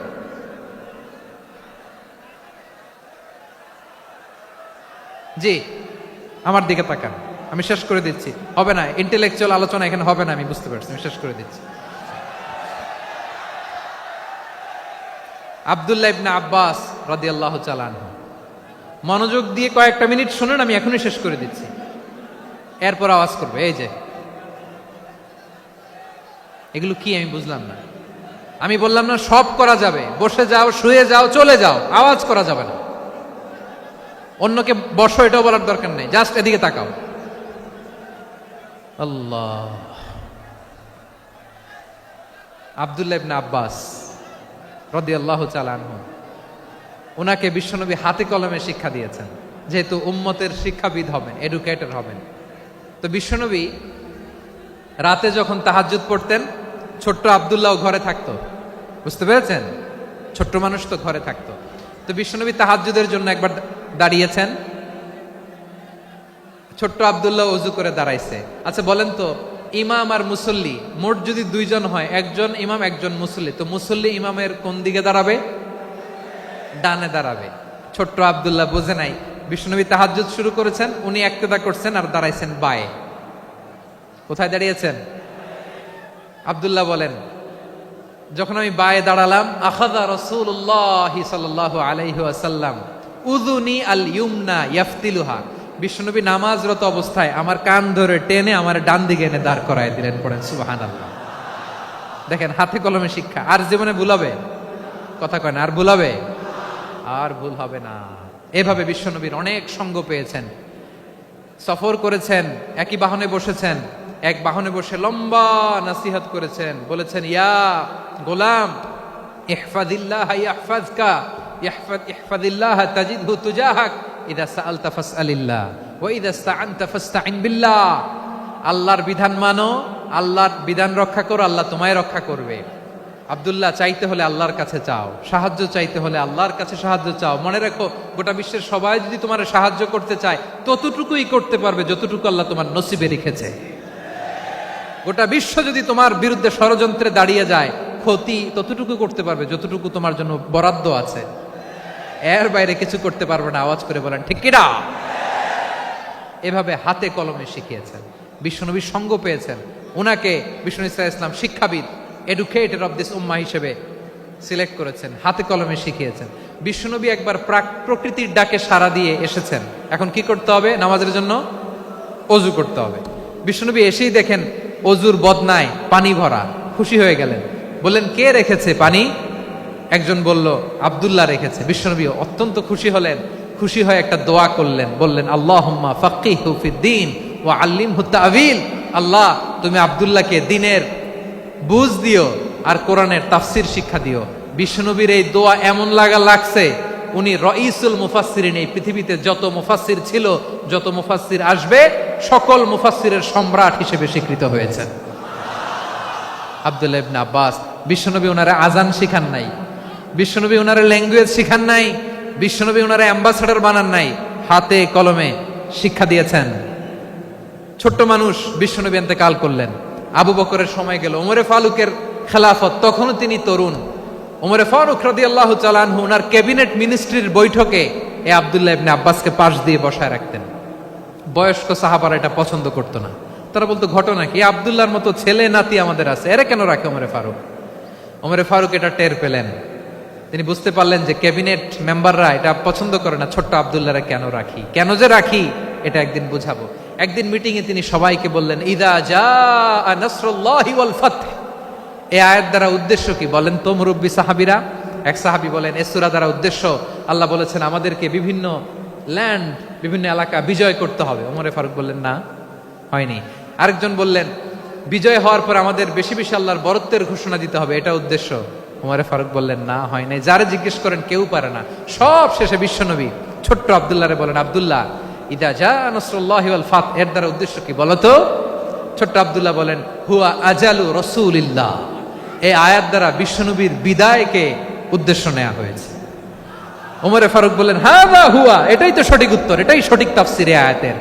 কারণ ইদা জাআ নাসরুল্লাহি ওয়াল ফাতহ, যখন আল্লাহর সাহায্য আর বিজয় আসবে, ওয়া রাআইতান নাসা ইয়াদখুলুনা ফি দীনিল্লাহি আফওয়াজা, আপনি দেখবেন দলে দলে, ঢলে ঢলে, বানের পানির মতো মানুষ ইসলামের দিকে ঢুকতেছে, ইসলামের বিজয় হয়েছে। তো ইসলামের বিজয়ের মিশন নিয়ে নবী আসছে, বিজয়ী যখন হয়ে গেছে, এখন তো নবীর বিদায় হবে।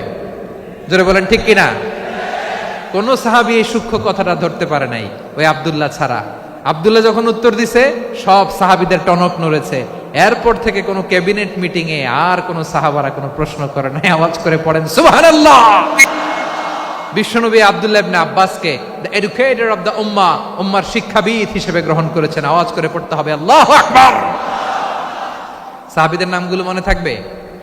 1 নম্বরে আবু মাহজুরা, মুয়াজ্জিন বানাইছেন। যায়েদ ইবনে সাবিত, দোভাষী, ট্রান্সলেটর অফ প্রফেট, এবং তিনি ছিলেন বিশ্বনবীর ব্যক্তিগত সচিব। Musab ibn Umair, the first ambassador and diplomat of Islam. Abdullah ibn Abbas, এই উম্মার সবচেয়ে বড় এডুকেটর, শিক্ষাবিদ। আরেকজন ছিল আব্দুল্লাহ ইবনে মাসউদ রাদিয়াল্লাহু তাআলা। 2 আব্দুল্লাহ, আব্বাস গেল, আরেকজন হচ্ছে মাসউদ। মক্কার তরুণ, ছাগল পালতো মুশরিকের বিশ্বনবী আর আবু বকর রাদিয়াল্লাহু তাআলা আনহু একবার গেলেন, যে দেখে এই তরুণ দাঁড়ায় আছে। বিশ্বনবী বলেন, আমি খুব ক্ষুধার্ত, তোমার কাছে কি দুধ আছে ছাগলের? আব্দুল্লাহ আছে, ওয়ালাকিন আনা মু'তামান, কিন্তু যে দুধ আছে এটা আমানতের, আমি দিতে পারবো না। বিশ্বনবী এইটা শুনেই তার টার্গেট করে ফেলছে। আনা মু'তামান, দুধ আছে কিন্তু এটা আমার মালিকের, আমি তো দরদ দেখায় আমার মালিকের দুধ আপনি পথিক, আপনারে দিতে পারি না। বিশ্বনবী টার্গেট করে ফেলছেন, এরে আমার কাজে লাগাইতে হবে। বিশ্বনবী বলেন, আচ্ছা ঠিক আছে, দুধ দিও না, কিন্তু এমন ছাগি আছে কিনা যেই ছাগির সাথে কোনো ছাগলের মিলন হয় নাই, তার ওলানে দুধও আসে নাই, বাচ্চাও নাই, এরকম ছাগির থেকে যদি আমি দুধ খাই তাহলে তো সমস্যা নাই। বলতেছে, এরকম ছাগির থেকে দুধ খাইলে সমস্যা নাই, কারণ এরকম ছাগির ওলান থেকে দুধ আসবেও না। বলতেছে, ঠিক আছে, এরকম একটা ছাগি নিয়ে আস। নিয়ে আসা হলো। বিশ্বনবী বিসমিল্লাহ বলে ওই ছাগির ওলানে হাত দিলেন। হাত দিতে দেরি, পুরো ওলানটা দুধে ভরে যেতে দেরি হয় না। বিশ্বনবী আর আবু বকর রাদিয়াল্লাহু তাআলা আনহু দহন করে পেট ভরে খেলেন। এই দৃশ্য আব্দুল্লাহ ইবনে মাসউদের হৃদয়ে দাগ কাটলো। এই মুআজিজা দেখে তিনি বললেন, আশহাদু আল্লা ইলাহা ইল্লাল্লাহ ওয়া আশহাদু আন্না মুহাম্মাদুর রাসূলুল্লাহ। তিনি ষষ্ঠ মুসলিম ছিলেন, 6 নম্বর মুসলমান। ওনাকে টার্গেট করে বিশ্বনবী দেখলেন এমন ইন্টেলেকচুয়াল ব্রেন, উনি সূক্ষ্ম সূক্ষ্ম জিনিস বুঝে বেশি, ফিকহি জ্ঞান ওনার মধ্যে বেশি। বিশ্বনবী ওনাকে কোরআনের জ্ঞান শিক্ষা দিতে লাগলেন। উনি বিশ্বনবী সবার কাছে কোরআন শোনায়, কিন্তু বিশ্বনবী নিজে আব্দুল্লাহ ইবনে মাসউদের কাছ থেকে কোরআন শুনতো। বিশ্বনবী একবার বললেন, ইকরা আলাইয়া ইয়া মাসউদ। ইবনে মাসউদ, একবার শোনাও তো কোরআন দেখি। আব্দুল্লাহ ইবনে মাসউদ বলে, আকরাউ আলাইকা ওয়া আলাইকা উনজিল। নবী, আপনার উপর কোরআন নাজিল হয় আর আমি আপনার সামনে কোরআন পড়ব। বিশ্বনবী বললেন, ইন্নী উহিব্বু আন আসমাআহু মিন গায়রি।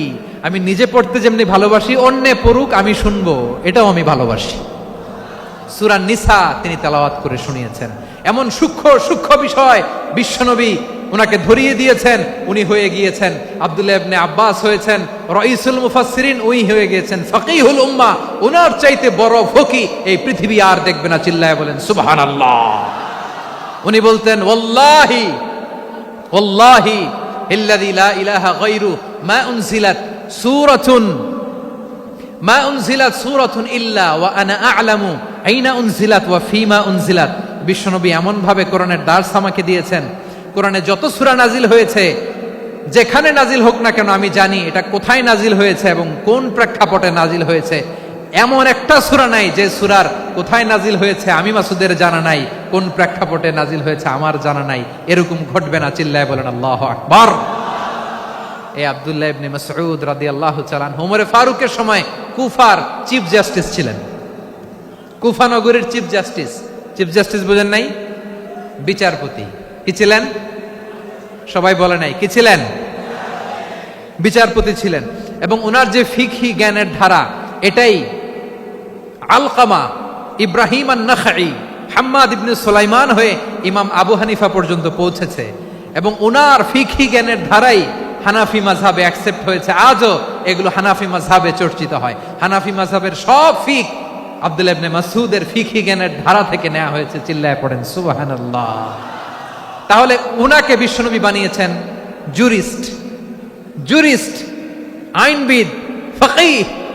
উনারে আজান শিখান নাই।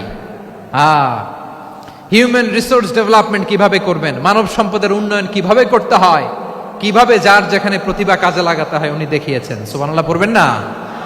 খালিদ বিন ওয়ালিদ নাম শুনছেন? কে কে শোনেন নাই হাত তোলেন। কি ছিলেন? বীর যোদ্ধা ছিলেন খালিদ বিন ওয়ালিদ। কিন্তু তিনি ইসলাম ধর্ম গ্রহণ করেছেন অনেক দেরিতে, 8ম হিজরিতে। তার মানে 8ম হিজরির আগে উনি মুশরিকদের পক্ষে লড়াই করেছেন। ওনার হাতে কত মুসলিম সাহাবী যে নিহত হয়েছে হিসাব নাই। বিশ্বনবী টার্গেট করে রাখছে, তুমি আমাদের মুসলিমদের এত ক্ষতি করলা, তুমি যখন মুসলমান হবা তোমারে দিয়ে আমি এমন কাম করামু যে এটা আর কেউ করতে পারবে না। সুবহানাল্লাহ নাই? যশোর ক্লান্ত হয়ে গেছে।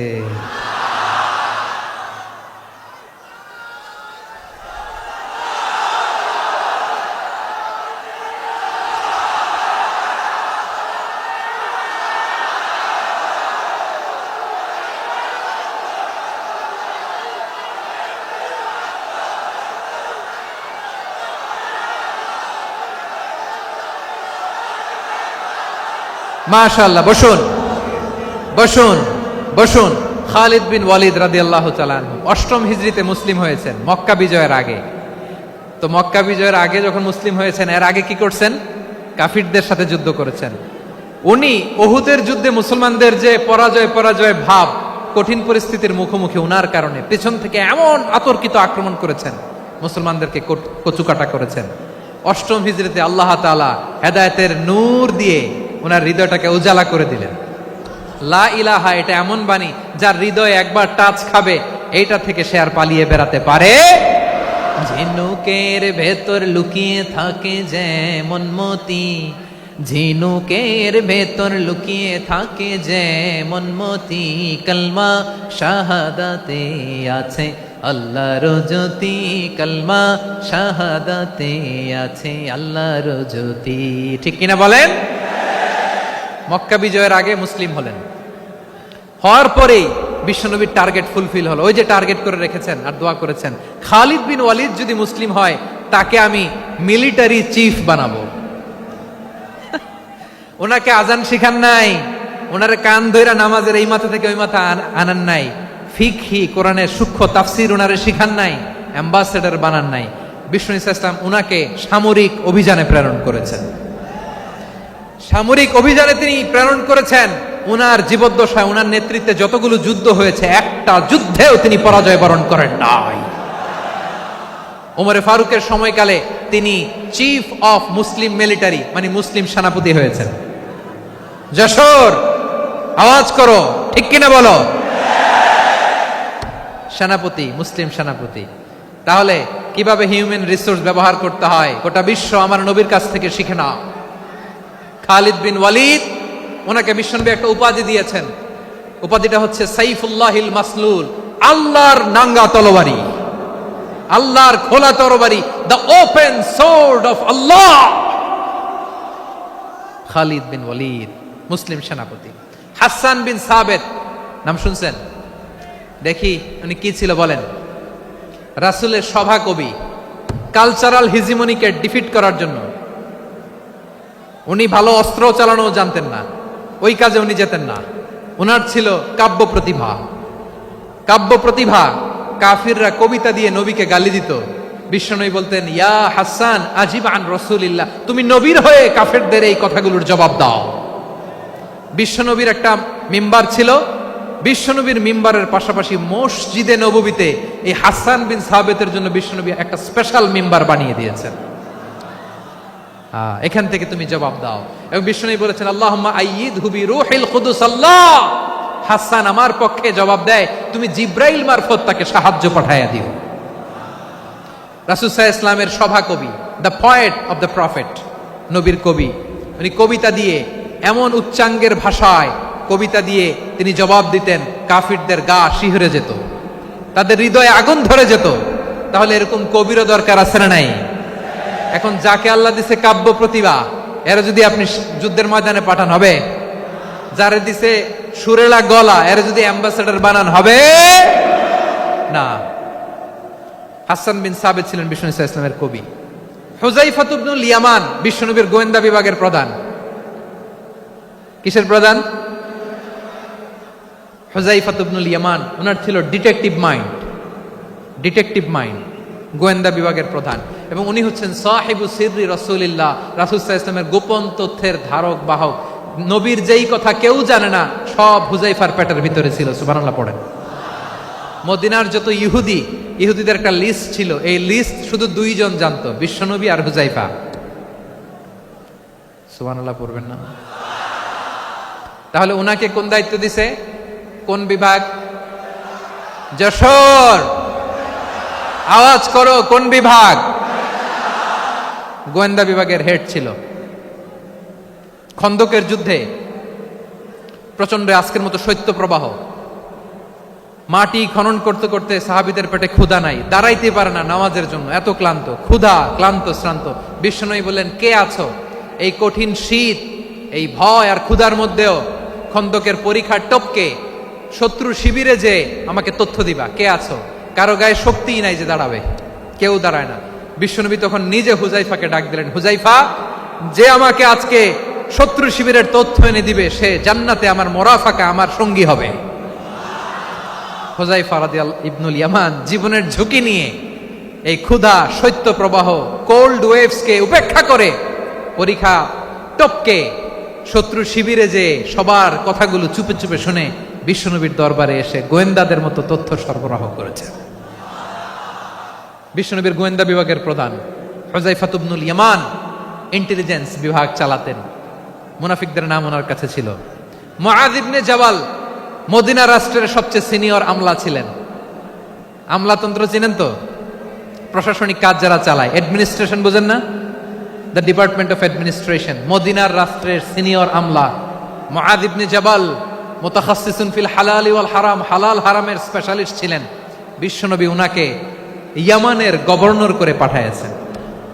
বলেছেন, ইন্নাকা তা'তি কওমান আহলা কিতাব, এমন গোষ্ঠীর কাছে যাবা যারা ইহুদি নাসারা, আগে শাহাদা পড়লে এরপরে নামাজের দাওয়াত দিও, নামাজ পড়লে যাকাতের দাওয়াত দিও। গভর্নরের অ্যাটিটিউড যেমন থাকে তেমন অ্যাটিটিউড ধরে রেখো। সুবহানাল্লাহ পড়েন। তাহলে মুআয ইবনে জাবালকে দিয়ে বিশ্বনবী কবিতা লেখায় নাই, চিঠি লেখায় নাই, আজান দেওয়ায় নাই। সুবহানাল্লাহ পড়বেন না? সব শেষ সাহাবী বলি আবু হুরায়রা রাদিয়াল্লাহু তাআলা আনহু। নাম শুনছেন? বিড়ালের বাবা। কি করতেন? খালি হাদিস মুখস্থ করতেন। উনি বলতেন, আলজামু রাসূলুল্লাহ আলা মিলই বাতনি, আমার শুধু পেটের ক্ষুধার বন্দোবস্ত হইলে আমি নবীর সঙ্গ ছাড়তাম না। আমার আনসার সাহাবারা ক্ষেত খামারের কাজ করত, আমার মুহাজির সাহাবারা ব্যবসা করত, আর আমি নবীর সাথে সাথে থাকতাম। শুধু সকাল বিকাল দুই বেলা যদি আমার খাবারের বন্দোবস্ত হয় আমি আর নবীর লক ছাড়ি না। সুবহানাল্লাহ কইবেন না? 5374টা হাদিস তিনি বর্ণনা করেছেন। সবচেয়ে বেশি হাদিস বর্ণনাকারী সাহাবী। হাদিস প্রিজার্ভেশনের কাজে বিশ্বনবী ওনাকে কাজে লাগিয়েছেন। উনি একদিন বলেন, ইয়া রাসূলুল্লাহ আসমাউ মিনকা কাসীরান ফালা আহফাজু, নবী অনেক কথা শুনি আমার মনে থাকে না। বিশ্বনবী বললেন, তাই? উবসুত রিদাক, তোমার চাদরটা বিছাও। আবু হুরায়রা বিছালেন, বিশ্বনবী হাত বুলায় দিলেন, এরপরে অনেক হাদিস বর্ণনা করলেন।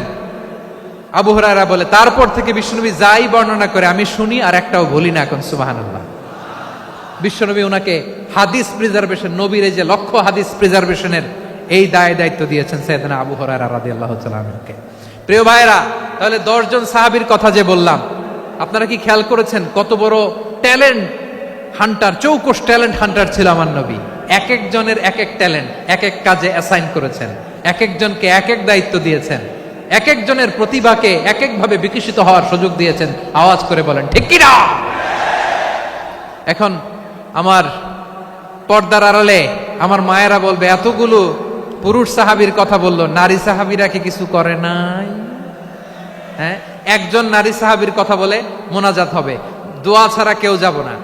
রুফাইদা আল আসলামিয়া রাদিয়াল্লাহু তাআলা আনহা, ওনার বাবার নাম সাআদ আল আসলামি। বিশ্বনবী কি খেয়াল করলেন দেখেন, সাআদ ছিল মদিনার বড় ডাক্তার। এই নারী সাহাবী রুফাইদা বাবার কাছ থেকে চিকিৎসা বিদ্যা শিখেছেন। যখন শিখছে বিশ্বনবী দেখলেন, আমার তো প্রতি সপ্তাহে সপ্তাহে যুদ্ধে আহত সাহাবীদের সেবা দিবে কে? বিশ্বনবী রুফাইদাকে বললেন, রুফাইদা তুমি মসজিদে নববীর পাশে একটা মেডিকেল ক্যাম্প করো। এই যে সাকিনা আদ্দিন মেডিকেলের আমার ছাত্রী বন্ধুরা শুনে রাখো, তোমাদের আইকন হচ্ছে এই রুফাইদা আল আসলামিয়া। বিশ্বনবীর ডিরেকশন অনুযায়ী তিনি মসজিদে নববীর পাশে একটা মেডিকেল ক্যাম্প করলেন এবং আহত সাহাবাদের চিকিৎসা উনি ওনার টিম নিয়ে দিতেন। বিশ্বনবীর পরামর্শে উনি আনসারি এবং মুহাজির মহিলা সাহাবীদেরকে নিয়ে একটা স্পেশাল মেডিকেল টিম গঠন করলেন। খায়বার যুদ্ধে 7ম হিজরিতে যখন বিশ্বনবী যায়, উনি ওনার টিম নিয়ে আসলেন, বললেন, ইয়া রাসূলুল্লাহ, আমরা তো তলোয়ার চালাতে পারি না, আমরা তো তীর মারতে পারি না, আপনি যদি অনুমতি দেন খায়বার অভিযানে আমি আমার টিম নিয়ে মেডিকেল টিমের সেবাটা সার্ভিসটা দিতে চাই, পড়েন সুবহানাল্লাহ। বিশ্বনবী অনুমতি দিলেন, যোদ্ধা সাহাবীদের সাথে রুফাইদা আল আসলামিয়া উনিও মেডিকেল টিম নিয়ে অগ্রসর হলেন। খায়বারের প্রতিটা আহত ইনজুর্ড সাহাবী যারা ইনজুরির শিকার হয়েছেন সবাই রুফাইদা আল আসলামিয়ার এই মেডিকেল ক্যাম্প থেকে চিকিৎসা সহায়তা পেয়েছেন। সুবহানাল্লাহ পড়েন। দেখেন কিভাবে বিশ্বনবী ট্যালেন্ট বাছাই করতেন। আপনি অবাক হবেন, বাহরাইনের মেডিকেল ইউনিভার্সিটিতে রুফাইদা আল আসলামিয়া মেডিকেল প্রাইজ অ্যাওয়ার্ড প্রতি বছর দেয়া হয়। যদি 8 দিনের এই মেডিকেল আমার বোনেরা যদি জেনে থাকো জানো, না হলে নতুন করে জানো, সার্চ দিও রুফাইদা আল আসলামিয়া মেডিকেল অ্যাওয়ার্ড বাহরাইনের ইউনিভার্সিটিতে দেয়া হয়। প্রিয় ভাইয়েরা, তাহলে আলোচনার সামারি আমরা করি। বিশ্বনবী যার যেখানে ট্যালেন্ট তাকে ওইখানে কাজে লাগাতেন। আওয়াজ করে বলেন ঠিক কিনা? এবার একটা ইন্টারভিউ হবে, আওয়াজ করে বলেন আবু মাহজুরাকে বিশ্বনবী কি বানাইছেন? হ্যাঁ, ভুলে গেছেন? সামনের চুলে হাত দিয়ে বিশ্বনবী কি সুন্দর গলায় আজান শিখালেন। মুয়াজ্জিন। যায়েদ বিন সাবিতকে একাডেমিক প্রজেক্টের দায়িত্ব দিয়েছেন, তিনি ছিলেন বিশ্বনবীর দোভাষী ব্যক্তিগত সচিব। Musab ibn Umair the first ambassador of Islam. Abdullah ibn Abbas উম্মার বড় শিক্ষাবিদ মুফাসসির। আব্দুল্লাহ ইবনে মাসউদ, আব্দুল্লাহ ইবনে মাসউদ ছিলেন জুরিস্ট। কি ছিলেন? জুরিস্ট ছিলেন, এই উম্মার সবচেয়ে বড় জুরিস্ট। খালিদ বিন ওয়ালিদ সেনাপ্রধান। হাসান বিন সাবিত, হাসান বিন সাবিত ছিলেন বিশ্বনবীর সভাকবি। কি ছিলেন? বিশ্বনবীর সভাকবি ছিলেন। এরপরে হুযায়ফা ইবনুল ইয়ামান কি ছিলেন? গোয়েন্দা বিভাগের প্রধান। মুআয ইবনে জাবাল কি ছিলেন? সিনিয়র আমলা, ইয়ামানের গভর্নর। আবু হুরায়রা রাদিয়াল্লাহু তাআলা আনহু হাদিস প্রিজার্ভেশনের কাজ করেছেন। আর আমাদের রুফাইদা আল আসলামিয়া রাদিয়াল্লাহু তাআলা আনহা কি ছিলেন? নার্স ছিলেন। নার্স হয়ে মেডিকেল সেবা দিয়েছেন। প্রিয় ভাইয়েরা, পুরো আলোচনার যদি সামারি করি তাহলে বিশ্বনবী যেভাবে হিউম্যান রিসোর্সকে ম্যানেজ করেছেন, যার যেখানে প্রতিভা কাজে লাগিয়েছেন, আমরাও যদি করি আমাদের বাংলাদেশের চিত্র আমরা পাল্টে যেতে পারবো। আমরা শুরুতে শুনেছি মানুষের আছে অসীম সম্ভাবনা, প্রতিটা মানুষ অনন্য, যত্ন নিলে যথাযথ পরিচর্যা করলে মানুষ বিশ্ব জয় করতে পারে। ঠিক কিনা? আমাদের হাফেজে কোরআনের সামনে দাঁড়াতে পারে এমন কোন হাফেজে কোরআন আল্লাহর জমিনে জন্ম হয় নাই। গোটা বিশ্ব কাঁপিয়ে তারা সেরা, আমাদের ক্রিকেটাররা সেরা, আমাদের তৈরি পোশাক শিল্প সেরা। এরকম অনেক অনেক সেরা জিনিস আছে, আমরা এগুলোরে নার্চারিং করতে পারি নাই, পরিচর্যা করতে পারি নাই, সঠিক তারবিয়াতের অভাব। তাহলে মানুষের অসীম সম্ভাবনাকে কাজে লাগাতে হবে। ঠিক কিনা বলেন? ইউনুস গভর্নমেন্টকে আমি বলবো, অল্প সময়ের জন্য আপনারা এসেছেন, সংস্কারও করতে হবে, আবার নির্বাচনও করতে হবে। সব সংস্কার হতে করতে পারবেন না, যতটুকু পারবেন এর মধ্যে আমাদের যে হিউজ ম্যান পাওয়ার, আমাদের যে মানব সম্পদ, হিউম্যান রিসোর্স, এটাকে ডেভেলপ করে আপনাদের যেতে হবে। যেটা পারবেন না সেটাকে পরবর্তী নির্বাচিত গভর্নমেন্টের কাছে রেখে যেতে হবে, যে তারা যেন করে, তাদের কাছে আপনারা এটা রেখে যাবেন। তাহলে মানুষ চাইলে বিশ্ব জয় করতে পারে। আর মানুষকে হারাতে পারে কেউ? জোরে বলো যশোর। মানুষকে হারাতে পারে কেউ? আল্লাহ আমাদেরকে জনসংখ্যা দিয়েছেন প্রিয় ভাইয়েরা।